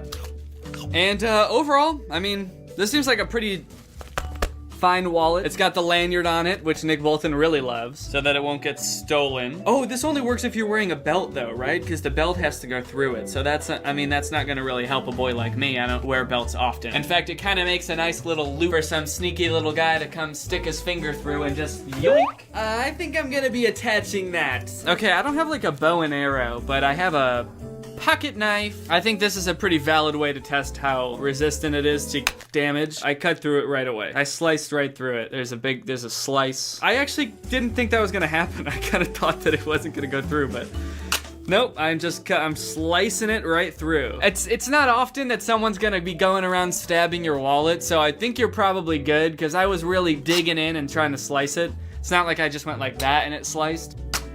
No, it doesn't. Okay, well maybe it does.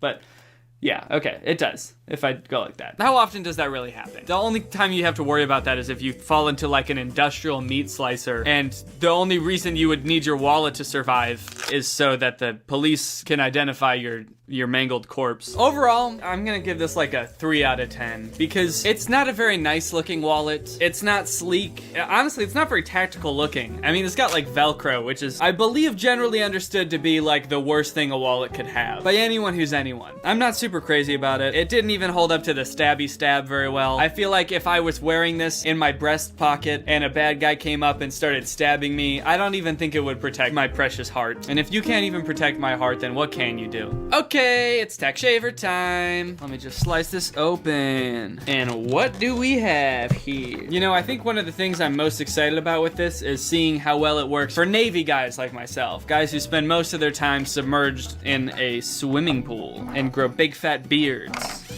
Ooh, damn, it came charged right out the gate. So this, I believe, has a rechargeable battery, so it doesn't take any batteries, and you just kind of shave, you know, like that. And it's got a little trimmer for trimming. Okay, this kind of looks cool, right? When I first took it out of the box, the first impression I had of it was like, this looks like a taser. I would say that that is kind of a tactical look. It looks like you could just kind of The one thing I want to test with this is how well it actually handles in water, because that was one of the biggest claims they made in the commercial. Really, the best way to test this is just to drop it in a glass of water like they do in the commercial and see if that really works. That'll do. Let's just fill up a glass of water and see what happens. I'm trying to think of really like a practical scenario that this would be helpful. And so far, the only thing I can really think of is like, I'm shaving, I'm looking in the mirror, getting a good shave, and then like all of a sudden like, oh no! Oh shit. Oh no! Oh no! I dropped my razor in a glass of water and it's fully submerged in there. And you know what? To their credit, it does seem like it's still working. I mean, it's still making the noise. That's really the only way I can tell. There's little bubbles coming out of the side. It looks kind of like smoke. I think maybe that's just air. Okay, well, it's not actually smoking as far as I can tell. So maybe it was just an illusion. Smoke and mirrors. You know what? Actually, that's a good test for most people. You know, you're doing a shave and you drop it in a glass of water, but that personally would never happen to me because I don't drink still water. I only drink LaCroix. I think you know what we have to do now.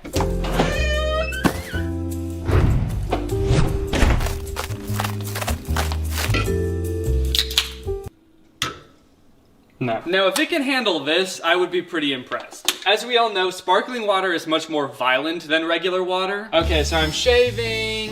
I'm having a sip of my delicious grapefruit LaCroix. Oh no! Not my LaCroix, it's ruined. Or is it? Nope, it's good as ever. And I can still probably shave. Whoa, look at it in there. It's like coated in bubbles. Whoa. Well, seemed like that worked too. And I can still get a good shave.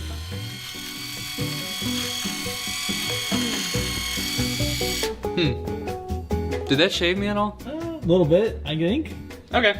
It's kind of hard to tell because I didn't have much there to begin with. All right, well, you know what? I'm gonna say the claim that it works underwater is true. I don't know if it like works underwater because like I don't know if it really worked to begin with based on the review that we watched, but it does what it did on land underwater. Okay, well, bye.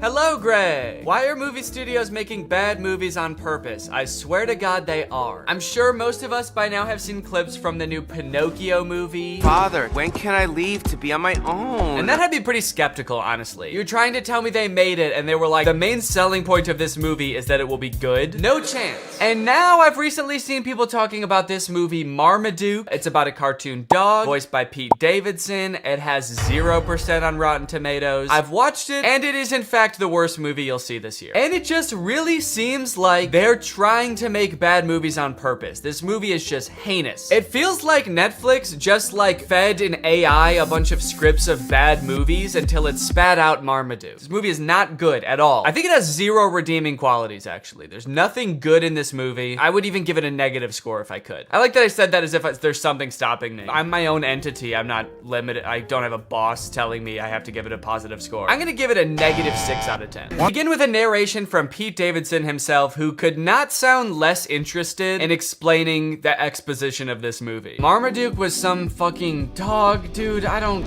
care. I'm dating a Kardashian, man. You think I need this? I personally don't have a problem with Pete Davidson. He's a funny guy. He was not up to the task of being the main character in this movie. This is a cartoon dog. You need someone with like a crazy range. Pete Davidson's emotions range from high and pleased down to high and indifferent. That's about all the variety you're gonna get out of Pete Davidson. After watching the movie all the way through, I'm not even 100% sure that Pete Davidson even knows he's in this movie. I haven't seen Pete Davidson do any promotion for this movie. I don't think he's done interviews talking about, you know, getting into the role of Marmaduke. I would not be surprised if they just like took audio excerpts of Pete Davidson from like other TV shows and just like found a way to make a movie about a dog around them. Go ahead and look at the characters in this first scene here and tell me, what is your reaction? Art is subjective. What you like depends entirely on your life experience, your personal taste, you know, where you were born and raised. For example, I was born in the 1990s on Earth, and I hate every single one of these characters. There are 3 body shapes in the universe of Marmaduke. There is eerily slender, bouncing egg. That's right, they don't walk, the round characters. They just kind of bounce from place to place. And then there's Mom. Mom has a serious case of the Pixar mom syndrome. I guess the creators of Marmaduke decided to take a page out of Pixar's book when designing the mom, and then they ignored all the other pages in the book about like how to make a movie. Anyway, through a little bit of narration, we find out that the reason Marmaduke is not allowed at this party is because he's basically a terror to the family. Marmaduke is a nightmare. He chases the cat, he tackles the local butcher for some bones, he beats the shit out of the dad. This dog is terrorizing his family. For today, you didn't do anything. You just hurt a dog. You didn't teach him any tricks. He doesn't even know how to sit. All right, the first trick we're gonna learn today is how to dodge a punch.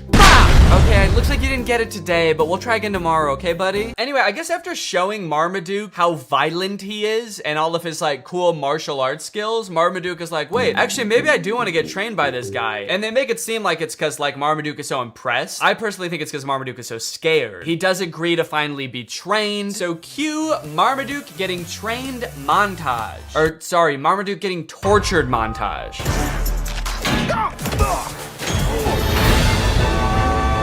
Yeah, that's right. Before Marmaduke agreed to get trained, Guy just beat the shit out of Marmaduke. But now that Marmaduke has agreed to be trained, he is still getting beat up, but just in new and fancy ways. This movie is essentially about a dog who loves to eat and suffers greatly for it. You know what is one thing that's unclear about this movie? Can Marmaduke talk? Earlier in the movie, Marmaduke was trying to talk to the people and all they could hear was barking sounds. You're being too hard on poor But then Marmaduke and Guy seem to have full conversations. So who is speaking the other one's language? Is Marmaduke speaking English? Or is the trainer barking at Marmaduke? Like if you were to walk by the park where Guy is training Marmaduke, is Guy just going like, "Arr, arr, arr"? This movie is completely uninterested in answering this question. And it only gets worse. Marmaduke flies through the air, lands on the trophy for the dog competition, and he farts, and he shits, and he farts so hard that I thought he might be dying. He gets onto the trophy and like goes from plump to shriveled up like a raisin. He shrivels up into a little doggy skeleton. The dog is very sick. The dog should be rushed to the hospital immediately after this, actually. The cloud of his fart gas like envelops the entire crowd. People are screaming. I think he might have killed people, honestly. This is just an awful scene. I don't know why the writers thought that this would be fun. For anyone, even for kids, it's like, is your dog pooping in the wrong spot ever that funny? I don't think I've ever like come home and my dog is like pooped somewhere she wasn't supposed to and been like, that's hilarious. That's actually good one, Sunday. Dude, you fucking killed it. I should be mad, but that's actually mad funny. To be fair, if I did have like a comically big trophy in my house and I came home and the dog had pooped in the trophy, that actually might be kind of funny. But not if she was also like sitting on top of the trophy as like a shriveled up skeleton and my house was full of noxious gas.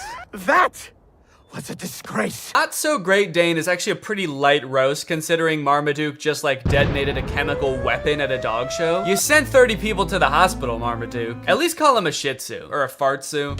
Hey guys. Watch out. It's El Stinko. At first when I watched this, I was like, oh really? The cheerleaders at the local middle school were following like the dog competition news over the weekend? Dog shows are that popular, really? They just happen to be watching? But then I realized, no, this was probably on the news. If this happened in real life, it would be on the news. She shares a home with Scooby-Poo.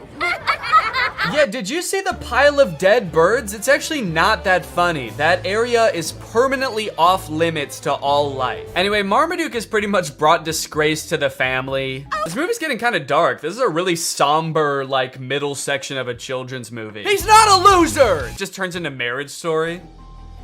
Marmaduke is a Great Dane! Then come to find out that the trainer has actually billed them for all of the training, and it's like a shit ton of money. They go through the list, and it rolls by in this like Star Wars style credit roll, and it's meant to fly by really fast so you can't read anything, but I paused it just to like look through what some of it is. Some of the items on this list are more than the $1 million they would have won at the final dog show. There's things for $29,000, $35,000, $1.4 million. Also kind of a funny detail, the writers I guess couldn't come up with enough things to actually make the list that long, so they just literally copied and pasted the same chunk over and over. So if you just play it, you'll see like the same thing worth $1.5 million over and over in this list, and it's like you couldn't just keep coming up with "are not a champion." So Marmaduke is like, you know what, screw it, I don't need you, and he decides to set off on a journey to show him what a real champion can do. He runs to China, and then he runs to Egypt, and then he swims in the ocean, and then he goes home. And I guess that's pretty much all the training he needs. I don't know why he is still so focused on the dog show after that. Marmaduke's like, yeah, I climbed to the top of Mount Everest and then swam to the bottom of the ocean so that I could hopefully compete in an obedience competition at a regional level. I hope that I do okay. It's like, no, all of the things you did just then are like infinitely more impressive than a dog show. At least that's what I thought until we get to the dog show and we see what other dogs do during the talent portion.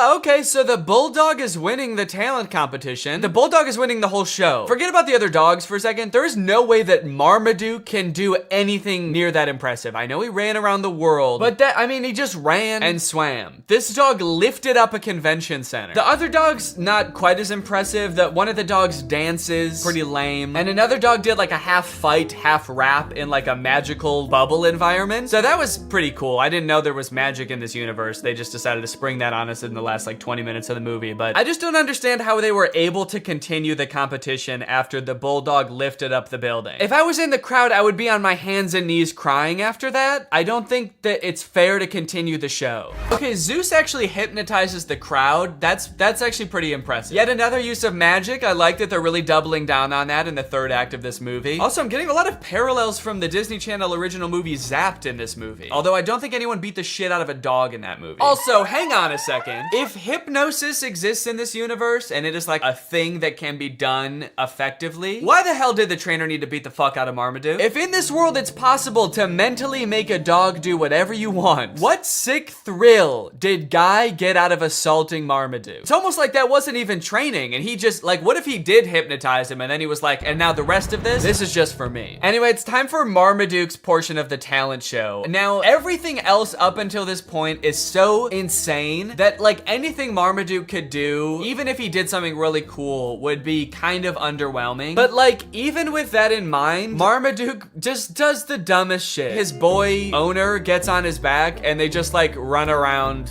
the stadium. I'm sorry, Marmaduke, but that was not impressive at all. We literally all just saw magic happen. We saw a bulldog lift up a building. I know I keep mentioning that, but that was insane. We all just saw an entire crowd get hypnotized by a creepy blonde dog, and Marmaduke's like, yeah, but can you do this? Are you trying to bankrupt your family, Marmaduke? Because that's what's gonna happen if you keep this shit up. Are you trying to destroy your family's lives? You're going to. Keep dicking around on the ground like that with no talent, and you're gonna destroy their lives. It's happened before, it'll happen again. Okay, a little plot twist happens at the end of the dog show. Zeus, the beautiful dog, wins. Obviously, he hypnotized the judges, so we kind of thought that was gonna happen anyway, but it turns out that one of the judges is actually Zeus's trainer in disguise, so he gets disqualified from the talent competition. I kind of feel like it was pretty dumb of him to do that because he had a shot at winning anyway. It's not like he was like a total underdog. Dude was basically an overdog. He was actually bound to win. He hypnotized everybody. Davidson, 40 seconds to write this song. All right, Pete, it's time to record the ending song. What ending song? You guys didn't tell me there was gonna be an ending song. I don't know, man. You tell us. Hit it. All right, well, yeah, that's Marmaduke. Let me know what you thought, and now it's time to talk about our sponsor. Hello. Guys, did you know in the US it's legal for your internet service provider to sell your data to other companies? They can sell it to ad companies. Heck, they can sell it to whoever they want. This seems pretty screwed up to me. I don't know why this is legal, but what I do know is that Marmaduke is probably responsible. Luckily, today's sponsor, ExpressVPN, puts a stop to this by rerouting 100% of your network traffic through their secure encrypted servers. Those are servers that are both secure and encrypted. ExpressVPN also masks your device's unique IP address, making it much more difficult for like big tech companies or advertisers or really strong dogs from tracking you and matching your activity back to you so they can collect your data. There's a ton of great reasons to use ExpressVPN. You can unblock content that's not available in your country. For example, the movie Whiplash is not available on Netflix in the US, but with ExpressVPN, if you change your server location to the UK, it is available. They have 24/7 customer support, the fastest speeds, consistently faster than other VPNs, and it's easy to use. You can fire it up and get going with just one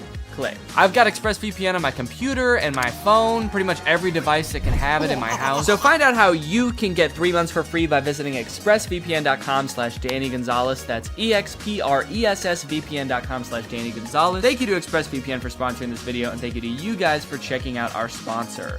Please get out from under my desk. All right, guys, thank you for watching this video. If you're new here and you're not subscribed yet, make sure you subscribe and turn on my notifications to join Greg. Is that in focus at all? Greg, join Greg. Greg is what I call my fans here on YouTube, my fan base, my audience. But we're more than that, you know? We're a family, we're an army. We are one guy named Greg. So if you want to join, then turn on my notifications and subscribe, and I'll see you guys next time. Bye-bye. Horror has gotta be one of the weirdest genres for any medium. You're just gonna put yourself into a terrifying situation where you feel like your life is being threatened on purpose. Imagine trying to explain that to one of your pilgrim ancestors. They would be so confused and honestly pissed off. But unfortunately, most people don't live their lives based on what they could or couldn't explain to their pilgrim ancestors, and thus, horror is a very popular genre. If you just search scary on the App Store, you could literally scroll for days through hundreds of games that are all super popular. But what about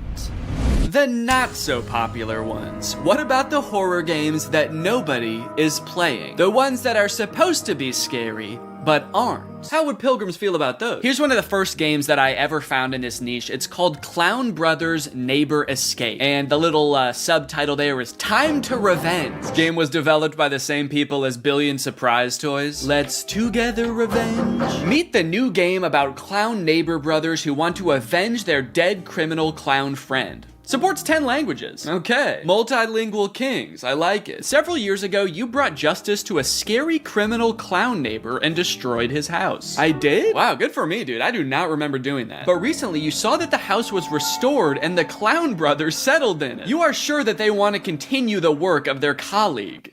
You must prevent this. So I guess I got their friend arrested and destroyed his house. That seems like a little bit much. Like, you know, if he's a criminal clown, by all means call the police. But to destroy his house? I don't see any reason to do that. We're facing a housing crisis in this country. There's no need to make it worse. I love that they call the other clown their colleague. What, do they work at Microsoft together? Very often you notice that these clowns behave strangely. Yeah, I think your first clue to that would be the fact that they dress like clowns. They often say hello. Strange. Watched you and laughed. They're just making fun of you. They're bullying you. These clowns are up to no good. I know they're plotting something. Every time they see me, they point and laugh and say, hey, you fucking dork. I think I have to blow up their house. And then here's some pictures from the game. The two clown brothers do look very scary. Couple things I'm noticing in this, they drive a very cool car. They may have an unorthodox fashion sense, but I like their car. I love the fact that they're proudly displaying an American flag in front of their house. They're like, listen, we may have our differences. We may be two clowns from hell, but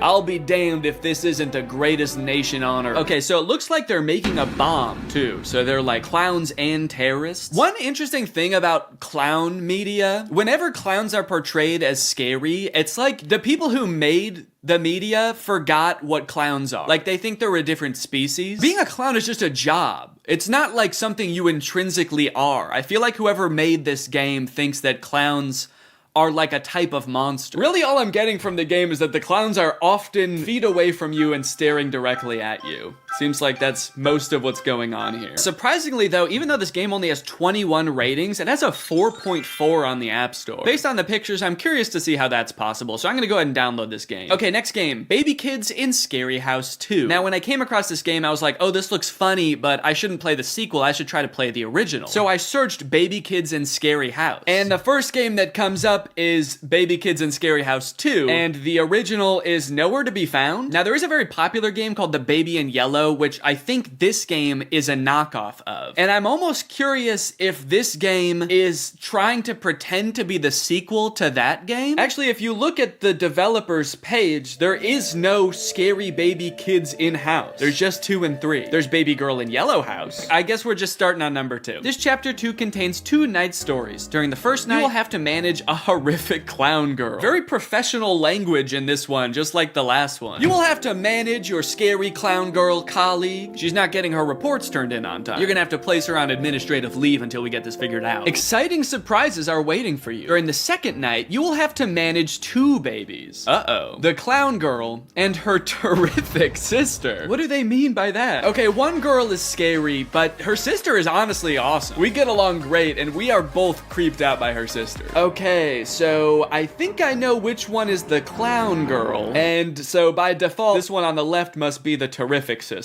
A bat? Are we going after these babies with a bat? Look, the clown girl may be scary, but that seems a little bit drastic. Okay, looks like the baby is performing some kind of satanic ritual here. The terrific sister is floating down the stairs. That's fantastic. Being a new father, I feel like I could really get into this game, because my baby's not scary at all. But what if he was? Download. This next one's a little bit different. Ghost detector radar camera, spirit box, and hunting tool. Ask ghosts a question and they will answer. So this thing claims to be able to detect ghosts in your home and then you can talk to them. Find ghosts and communicate with spirits using this app's groundbreaking, ultra-realistic experience. Disclaimer, since paranormal activity can't scientifically be proven, we can't guarantee that the app communicates with real spirits. At the end of the day, we technically can't guarantee that the ghosts that we deliberately programmed into the app are really in your house, but they probably are. It looks like people are having a lot of fun with this game though. A lot of the reviews are just really long stories about how scary using this was. Is this real, question mark? Well, I'm gonna go ahead and download it. Scary Anna, your unique scary virtual pet. So I'm still not exactly sure how this is supposed to be a horror game. You're taking care of this pet whose name is Anna, and she is a little bit scary looking, but a lot of it just seems like she's having fun. Driving a car around, she's on a jet ski. Doesn't seem that scary. Okay, in this one she's got creepy eyes. She looks a little possessed in this one. And then in this one she's fighting a bunch of tiny little cats, little demon cats. Feed her a variety of foods, but be careful, some might be poisonous. Dare to discover what happens? How about you tell me which ones are poisonous before I poison my fucking cat? So you can grab, drag, and stick Scary Anna with your finger, engage in playful interactions, and see how she responds to your touch. Sounds like I might be the scary one in this situation, actually. It should be called Scared Anna. Why is she scary? She's just a little bit weird looking. The poor thing. There's no reason to put her on blast in the game title. I don't know, man. This game is marketed like a horror game, but I just see an animal who needs an owner. You know? She just needs a little love. I think it was pretty fucked up of them to call her Scary Anna, if I'm being honest. Sure, she's a little ugly, but you know, some animals are like ugly cute. She is not. She's just ugly, but I don't think we should have named her after her weird looks. I'm gonna download this game, and I'm gonna be there for her. 5 stars, scary. I don't like the way her skin peeled off. Okay, I don't know if I'm gonna like this game. Before we get into these games, I want to thank Opera Browser for sponsoring this video. I've been using Opera Browser for a while now, and it has really helped increase my productivity while writing and planning videos. It is faster, safer, and smarter than default browsers, which means it has a ton of features that make my process much smoother. Like Opera's native in-browser AI called Aria, which makes it really easy to get answers and do some surface-level research really quickly and easily. While browsing, you can highlight any word or term that you're not familiar with and ask Aria to briefly explain it, or you can just ask it questions like, what are some of the worst horror games on the App Store? The great thing about this is not only does it give you some great starting points, but it also links to the relevant pages for each answer. Tab islands are Opera's way of organizing tabs by grouping similar tabs together so you can save space and time. This is really helpful when I'm writing videos because I can have multiple Google Docs open, multiple YouTube videos open. They can easily be grouped together so I don't get overwhelmed because I am easily distracted. They also have an ad blocker and a VPN integrated into the browser for free. This browser is like a million useful things bundled into one app. It's crazy. Also, I just like the way it looks. It's got a cool style and I like the cut of its jib. In a world where it seems like every browser wants to look like the same boring app, I appreciate that Opera is different. They've got cool wallpaper, some of them are even animated. How fun is that? So if you want to check out Opera, it's totally free. Just use my link in the description to download Opera today. Thank you to Opera for sponsoring this video. Thank you to you guys for checking out Opera. And now, let's game. All right, first game, the Clown Brothers. All right, right off the bat, we have a... I think they just said they're preparing for atomic war? The clowns start to dish out the lore right away in the title screen. 1, they're preparing for atomic war. 2, they are good neighbors. And 3, they are going to kill you. Find you and kill you. At the start of every level, the game gives you an objective. We've all seen these types of games before. The whole game is just a series of boring objectives like find the key and unlock the door. But what's really special about this game is it only gives you like 1 second to read the objective. Back in town, you find out that the friends of the okay, so I've spawned into this neighborhood street. I see my clown neighbor walking around, so that must be the clown's house. Now, I gotta give these clowns props because not only is their car cool as hell, they also live in a huge mansion. Right away, dude, they live in a freaking mansion. Oh my god. There must be a ton of money in making nuclear bombs and killing your neighbors. What do these clowns do for a living? Turns out they're like lawyers and doctors. They actually are like really making the world a better place. And speak of the devil, here comes one now. Oh! Okay.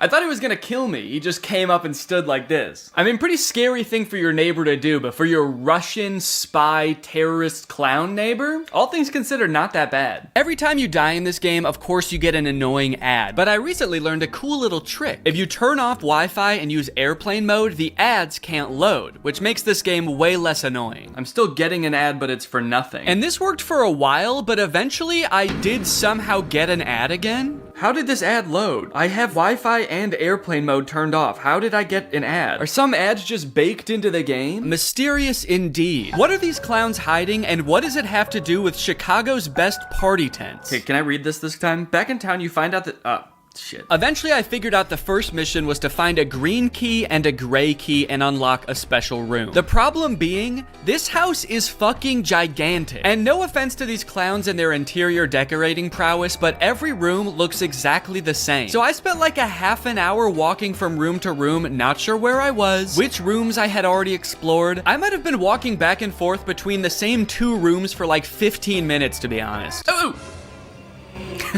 I got you, young man. I gotta be honest, dude, I'm not an evil clown, but if I caught my neighbor walking around in my house, even my reaction would be more extreme than theirs. I feel like they're honestly letting me off the hook pretty easy. You know, it'd be easier to avoid them if they could just stay in one room of their house like normal people. I guess this is just what makes them so fucked up in the head. They don't just hang out in one room, they're constantly milling about. You know, you're not gonna finish your bomb if you never stay in one room for more than 3 seconds. I decided to take a brief break from the clowns to explore what I assumed to be my own home, and I was pretty confused with what I found. Is this my house? It's a very open floor concept I've got going on here. Bear trap on the table? I feel like I've got my own demons to work on before I go try to bring these clowns to justice. I'm living in a gigantic room made of sheet metal, and I've got a bear trap on my desk. What I didn't know then is those bear traps are actually one of the only semi-interesting parts of this game, because it turns out you can actually pick them up and trap the clowns with them. Oh, he's trapped! Haha! Whoa, what happened? It disappeared. Somehow this steel trap that is meant to maim 500-pound bears does not kill the clowns. It's just a minor inconvenience at most. These clowns are honestly super zen. Nothing gets to these guys. How does that happen? What did he do to the bear trap? It's worse than I thought. These clowns fucking eat metal. Oh, and here he is. I finally finished the first level after what felt like an eternity. Let's go. Mission complete. And I'm back outside for some reason, even though I was just in the security room. Had to go out for a breather, take a quick smoke break, and then it's back into the clown's house. The next mission, find a book. And in order to do that, you have to find a gray and green key. Oh my God. All right, scary clown neighbors. Would I say that it was scary? Not really, just frustrating and boring. Next game, Scary Baby in Creepy Baby House 2. For 99 cents in this game, I can get rid of the ads. Do I really want to do that? This game that I'm gonna play for like 30 minutes max? Is that worth 99 cents? I'm already doing it. The beginning of the game starts off pretty normal, just doing some normal babysitting activities. So here's the baby, the clown baby. Hello, I will be back home after I finish my work. So not only are we dealing with a clown baby, we're dealing with Robo-Mom too. Hello, I hope you find my baby is not too evil today. I will be home by 8. Sorry you've never seen me in person. I swear I'm not a robot. Sweet little baby, let me pick you up. Holy cow, you can really fling this kid around. Why are they like this too, holding up little finger guns? Nothing scarier than a clown baby going, hey, how's it going? I feed the baby, take her to change her diaper when she starts farting like crazy, but that's when things start to get a little weird. Okay, here's the diaper. Oh, good thing we have one diaper laying on this table. That's really...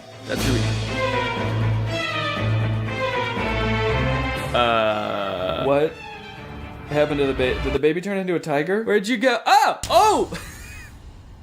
What? Throughout the night, the baby continues to vanish from where I placed her, reappearing all throughout the house. Yeah, it's kind of a creepy way to laugh, right? Without, like, moving your mouth at all or showing any expression.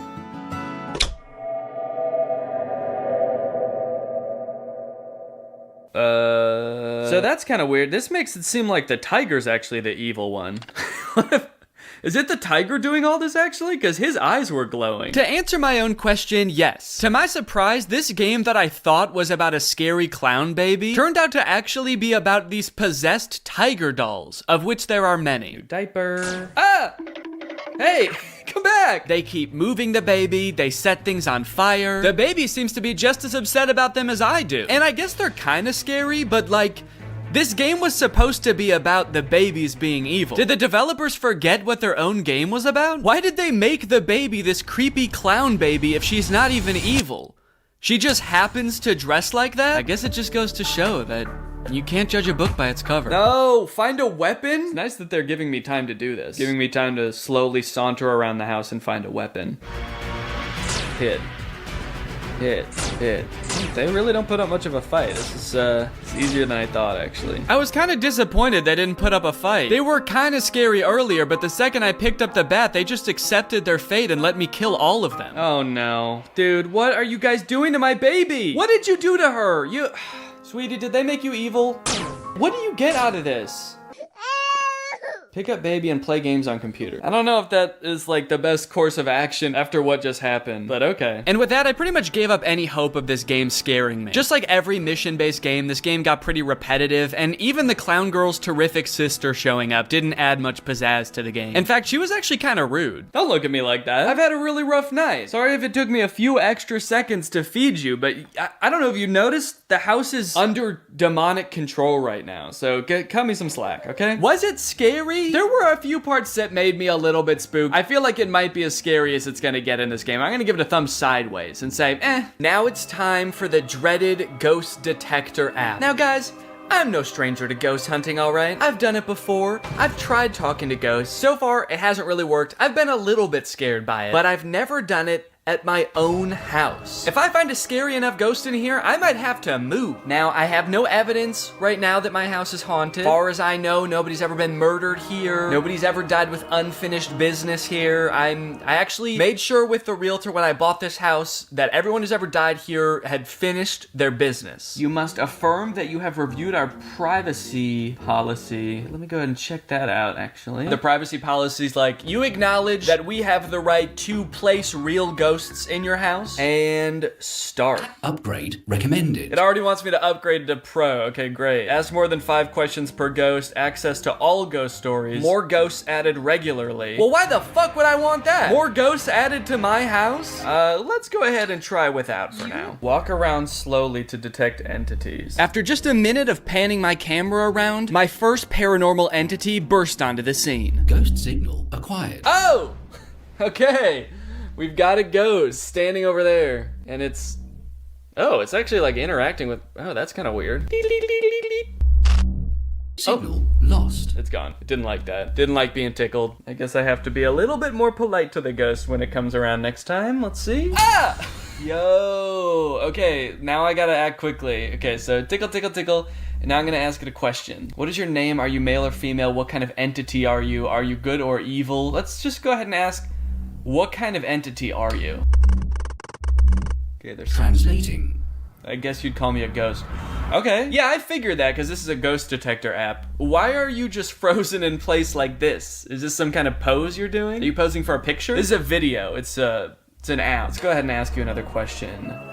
How did you die? I had a son who wasn't quite right in the head. He had a real bad temper. One day, I said something to him, and he just snapped. I should have seen it coming. Damn. Did he chop off your legs? Because you don't have legs. Is that what he did? Damn, I wish I could ask it like my own questions. I feel like I have much more interesting questions that I could think of than these. Like, what is the ghost world like? What is it like to be dead? You know? Did you have a job? I really think the ghost wants to talk about her job. Yeah, I worked at Neiman Marcus. That's really probably not at the top of her head right now. Why have you come here? That's a good question. I want to make things right with my son. We didn't always have the best relationship. I'm so sorry. Oh.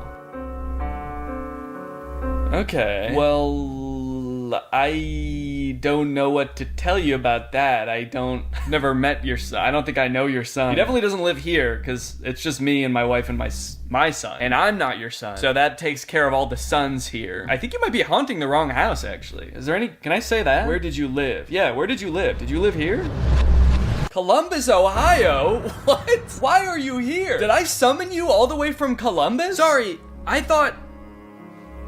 What? I thought for sure that you were supposed to be a ghost haunting this house. Why are you here? I live in Illinois, by the way, not Columbus, Ohio. So you traveled 2 states to come here, a place where you never lived, to try to reconnect with your son, who definitely does not live here. Oh, and I can't ask her any more questions because I have to upgrade. What? So the pro plan has improved accuracy. Does that mean like more accurate ghosts? Will I get ones that actually are from around here? All in all, pretty disappointing. I'm starting to think that wasn't even a real ghost. Okay, so there's also stories on here, aside from the ghost detector. Oh, scary user stories. I can read scary things that have happened to other people on this app. We are not going into my little brother's friend's house again. We looking a ghost.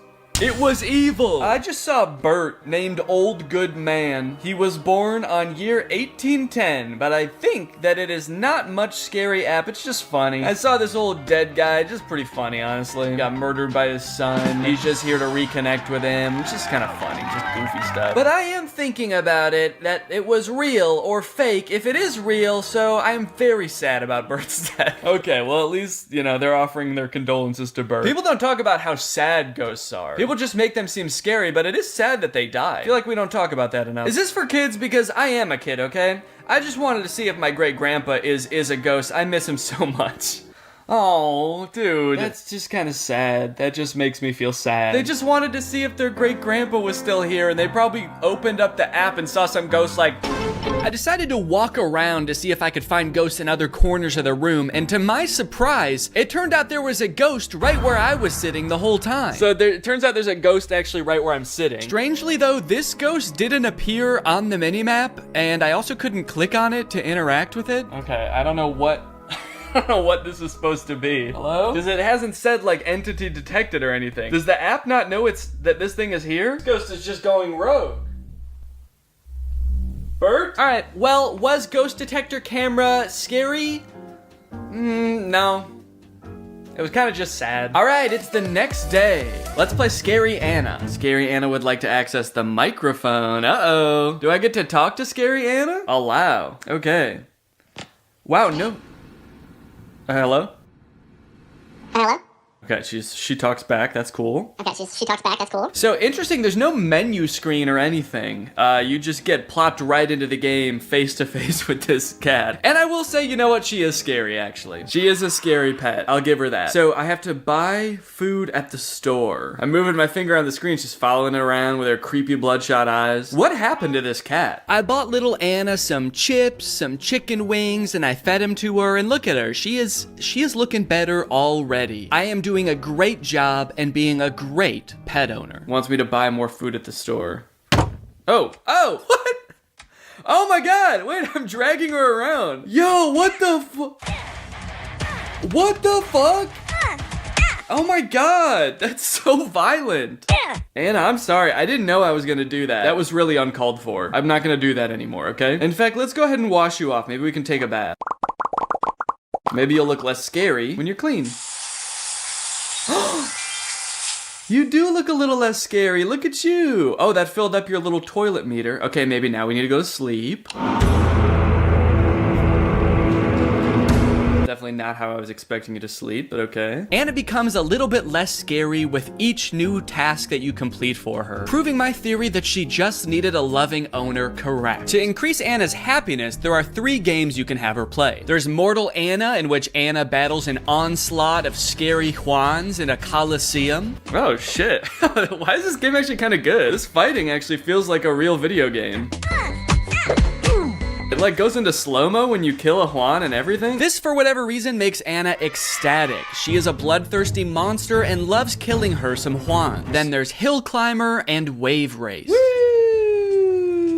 I definitely wouldn't say this game is scary. I'm actually having a great time right now. This is a beautiful scenic drive. I guess the only thing scary about it is Anna herself, but she's getting less scary by the minute. And if it was that she was only scary because she was malnourished, sad, and tired, then really it was my fault that she was even scary in the first place. I was just not taking care of my cat. And then I have the gall to name her Scary Anna. So is this really the only way to make your cat happy? Get him on a jet ski? Your cat's gonna look just like Scary Anna unless you do this with them constantly. You need to put them in a little ATV going up hills and stuff. You need to put them in a jet ski. They need to kill Juans, quite frankly. Damn, well that's definitely not gonna make her happy. I took great care of this cat. I maxed out all of her traits. In fact, at one point I even overfed her and she got a little bit chubby. Oh wait, I fed her too much. Okay. Well, I'll clean her off. I didn't know that you could overfeed her. I'm sorry, Anna. I was trying to make up for my previous transgressions towards you. I did not mean to do that. Okay, so you're totally happy, you're totally clean, you're totally well slept, and you've overeaten a little bit. You still do look quite scary. So I think at this point, what I'm gathering is that you might be a little far gone. I think no matter what I do for you, actually, you're gonna always look a little bit scary. I think it's probably a few underlying medical conditions. It's nobody's fault per se. Maybe you were born like this. You were just born scary. Didn't the description of the game say something like, see how she reacts to your touch? Like there would be some kind of interesting, you know, fun ways to interact with her. It's basically pain. Pain is how she reacts to your touch, it seems. All right, well, that's it for that game, I guess. I did literally everything there is to do in the game. Was it scary? The game was not scary, but Anna, I'll give it to her. She's scary. Well, even though I wasn't really scared by any of these horror games, I do feel like I'm walking away from them with a new lifelong friend. The Terrific Sister. Oh, did you think I was talking about Scary Anna? No, she's gross. I hope you enjoyed this video. If you're new here and you're not subscribed yet, make sure you subscribe and turn on my notifications to join Greg. I'll see you guys next time. Bye-bye.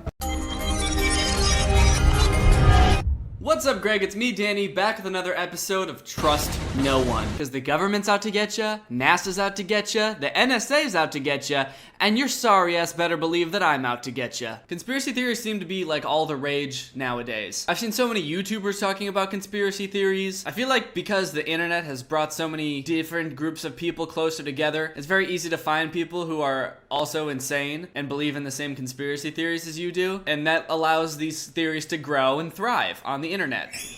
I don't know if you could hear that, but my guinea pigs just started screaming. I think I'm being watched. I'm sure by now a lot of you have heard about the flat earther conspiracy. Recently, I've seen flat earthers on the news and on talk shows where they stumble their way through their logic as to why they think the earth is flat and not round like everybody else on earth does. 9.8 meters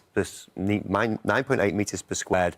Meters per second squared. They even have conventions where they get together, I assume, to talk about their ideas and how they don't have any friends anymore, and just to take pictures and yell, "We're not crazy." We're not crazy! Oh, that's very cringy. Not good. Not good. There's some serious levels of cringe going on with a lot of these conspiracy theories. And while I was looking for those educational memes that I made a video on last week, I stumbled upon these Instagram accounts that make conspiracy theory memes. I use the term meme loosely because they're not meant to be funny. They're meant to enlighten you. Some of them might be conspiracy theories you've heard, but others just might shock you. Conspiracy theorists claim this strange object was found in a 13th century ancient Sumerian tablet. It closely resembles a Nokia made in the year 2000. However, its keys are written in cuneiform. Is this proof of time travel? Now guys, I wish I had an explanation for this, for why this stone phone looking thing exists, but I really don't. There's really no explanation for it other than time travelers exist. At some point in the future, we're going to invent time travel. Scientists and secret agents and military operatives will go back in time to the 13th century BC with all the high-tech gadgets that they have in the future. They're gonna have top-of-the-line equipment, high-tech gadgets, and a Nokia phone that they stopped making in like 2002 or something. I don't really know how to explain this other than somebody probably just made this and it's a hoax, but why would, in the future when we have the ability to time travel, why would somebody take back a Nokia phone from like 10, 15 years ago? They just went back in time to like play Snake, I guess. And now, researchers have also found this mysterious carving on a stone tablet. I didn't want to believe it either, but I mean, it's on a stone tablet, so it's gotta be real, and it's gotta be a conspiracy. This was Iraq. This is Iraq on freedom. Any questions? I don't know about you, but I don't have any questions. Except, what? This ancient Greek sculpture was made in about 100 BC, and a girl is seen holding what appears to be a modern-day laptop. Some paranormal investigators are convinced that this statue is proof of time travel. What do you think? That's a thick-ass laptop, first of all. This woman looks like royalty, and she looks like she's got like a 2004 IBM laptop. Like, if you're a time-traveling queen, don't you think you'd at least be able to afford like the new MacBook? It says some paranormal investigators are convinced that this statue is proof of time travel. I'd really like to see what a paranormal investigator does aside from just look at the picture and think, Yep, that's a laptop. Yeah, that's definitely a laptop. What other investigating did you do? That's clearly a laptop. Couldn't be anything else? Not a jewelry box? Not some other kind of opening chest that they had back then? It's definitely a laptop. You can tell because that's how you hold laptops. This is how you hold a laptop. I really do like the idea, though, that this woman traveled back in time with a laptop and then hired some poor peasant girl to hold the laptop for her while she used it. A baby born in 1783 had 2 heads, one on top of the other, with the second head upside down so that the neck stub was up in the air. The second head had a fully functional brain and whispered random stuff to the other brain. It's not really a conspiracy theory, it's just on one of these conspiracy accounts. I just wonder what the other brain whispered. Hey little buddy, it's just me, your other head, just wanted to say hi, how you doing? Alright, this next one's even crazier. A man named Noah, who claims to be a time traveler from the year 2030, passed a lie detector test. Is he really from the future? So he says he's from the future, from the year 2030, and he passed a lie detector test? No one's ever falsely passed a lie detector test before, so I mean, there's no other explanation. It's gotta be true. Is he a time traveler, or is he just insane? There's only one way to find out for sure, as far as I'm concerned. What kind of phone does he have? Is it a Nokia? Is it a Nokia 3310? This picture was taken in the 1940s. What? Sunglasses? A fucking cardigan in the 40s? No! This can't be happening. This is too much. A cardigan? This dude looks like Ryan Reynolds or some shit in the 40s. Just in case you're not convinced that time travel is real, these images are from a video taken in 1938 of female factory workers leaving work. One woman appears to be holding a modern day smartphone. Is she a real time traveler? That's right, folks. This modern day thick ass smartphone. She's definitely not just brushing her hair or just holding like a purse like that woman is. It's definitely a modern day thick ass smartphone. Okay, I don't understand. If this was really a smartphone, would all of these like other female workers just be cool with it? Like it's 1938 and you're leaving work and you just see one woman talking on this high-tech thing, like talking into it. Yeah, so yep, I have successfully infiltrated the factory. It's 1938 and they have no idea. Why is nobody looking at her like she's insane? Because they don't have cell phones yet, so she would just look like a crazy person. Why is nobody looking at her or being like, hey, what the fuck is that thing that you have? Also, do these people know how cell phones work? Because you need a cell phone tower to use a cell phone. And to my knowledge, they didn't have those in 1938. So who is she talking to? Also, no one else has a cell phone in that period, so really, who is she talking to? Smarter children tend to become heavier drinkers as adults. Is this some kind of government conspiracy, or is this just sad? This next one is just silly. There are a number of photos online that appear to show celebrities in photographs before they were born. Take this picture of Michael Cera in 1930s Germany, for example. Are these simply doppelgangers, or are these proof of time travelers? I might believe this if I personally didn't have dozens of doppelgangers sent to me every week. Seriously, I don't know why, but there are so many people in the world that look like me living right now. Most of them are women, which is kind of concerning. But it does not at all concern me that there's someone who kind of looks like Michael Cera who was alive in the 1930s. Also, this doesn't even look like Michael Cera. The face is too round. I'm pretty sure that's a girl. It doesn't look like Michael Cera. This photo alone debunks the globe.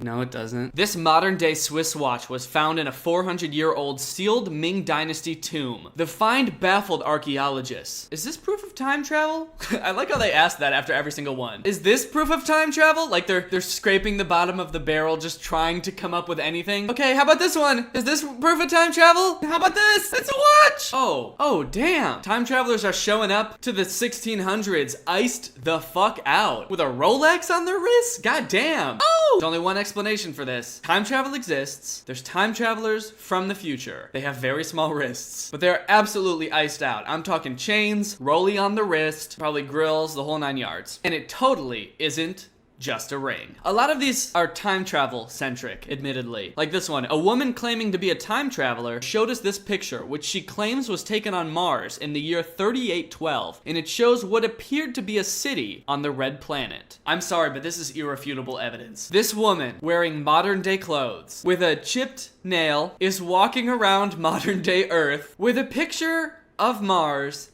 that she printed out. She doesn't have some kind of high-tech device that she's walking around with. She printed out a picture of Mars. That's like technology that's already outdated. Nobody prints things anymore. She got it laminated even, and she's just walking around showing people the picture, being like, I'm from the future. A woman showed us this picture. So this person who has this account, it looks like they're in a park or something, was just walking around and this woman came up and was like, oh shit, there's another one. A man claiming to be a time traveler showed us this image, in which he claims was taken in the year 5000 and shows Los Angeles underwater.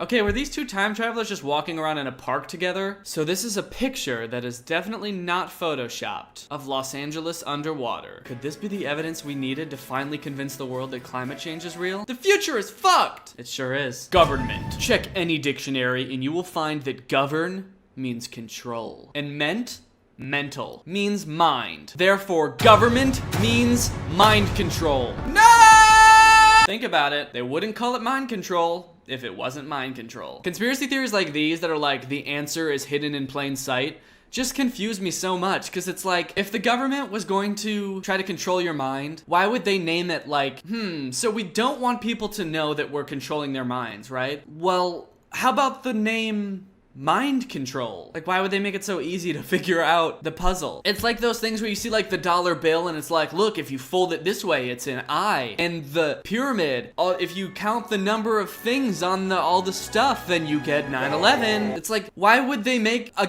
puzzle to figure it out? Why wouldn't they just not do that so that you can't figure it out? It's a game of Clue where they're like, we want to control your minds, but we also want to make it this fun little game where if you get it right, you win a prize. You figured it out. We're trying to control your minds. You win $1 million. All right, guys. Well, I hope you enjoyed these conspiracy theories. Hopefully, I blew your mind and made you question everything that you've ever known. If you enjoyed this video and you're not Greg, why? Why are you not Greg? Do you not know what Greg is? I will tell you what Greg is now. Greg is our family on YouTube. It's my fan base. Everybody who's subscribed with my notifications on is Greg. If you're not Greg, you're Craig, and fuck Craig. We're the fastest growing army on the internet. Do not look that up. We're actually the only army on the internet with access to time travel capabilities. So all you have to do to join Greg is subscribe and turn on my notifications. So you make sure you do that. Guys, if you want to join my Patreon or buy my merch, links to those are in the descriptions below. Thank you, Grace Motley, for turning on my notifications. You are truly Greg. I'll see you guys next time with a very interesting video where I go around kicking high school janitors in the knees. Bye.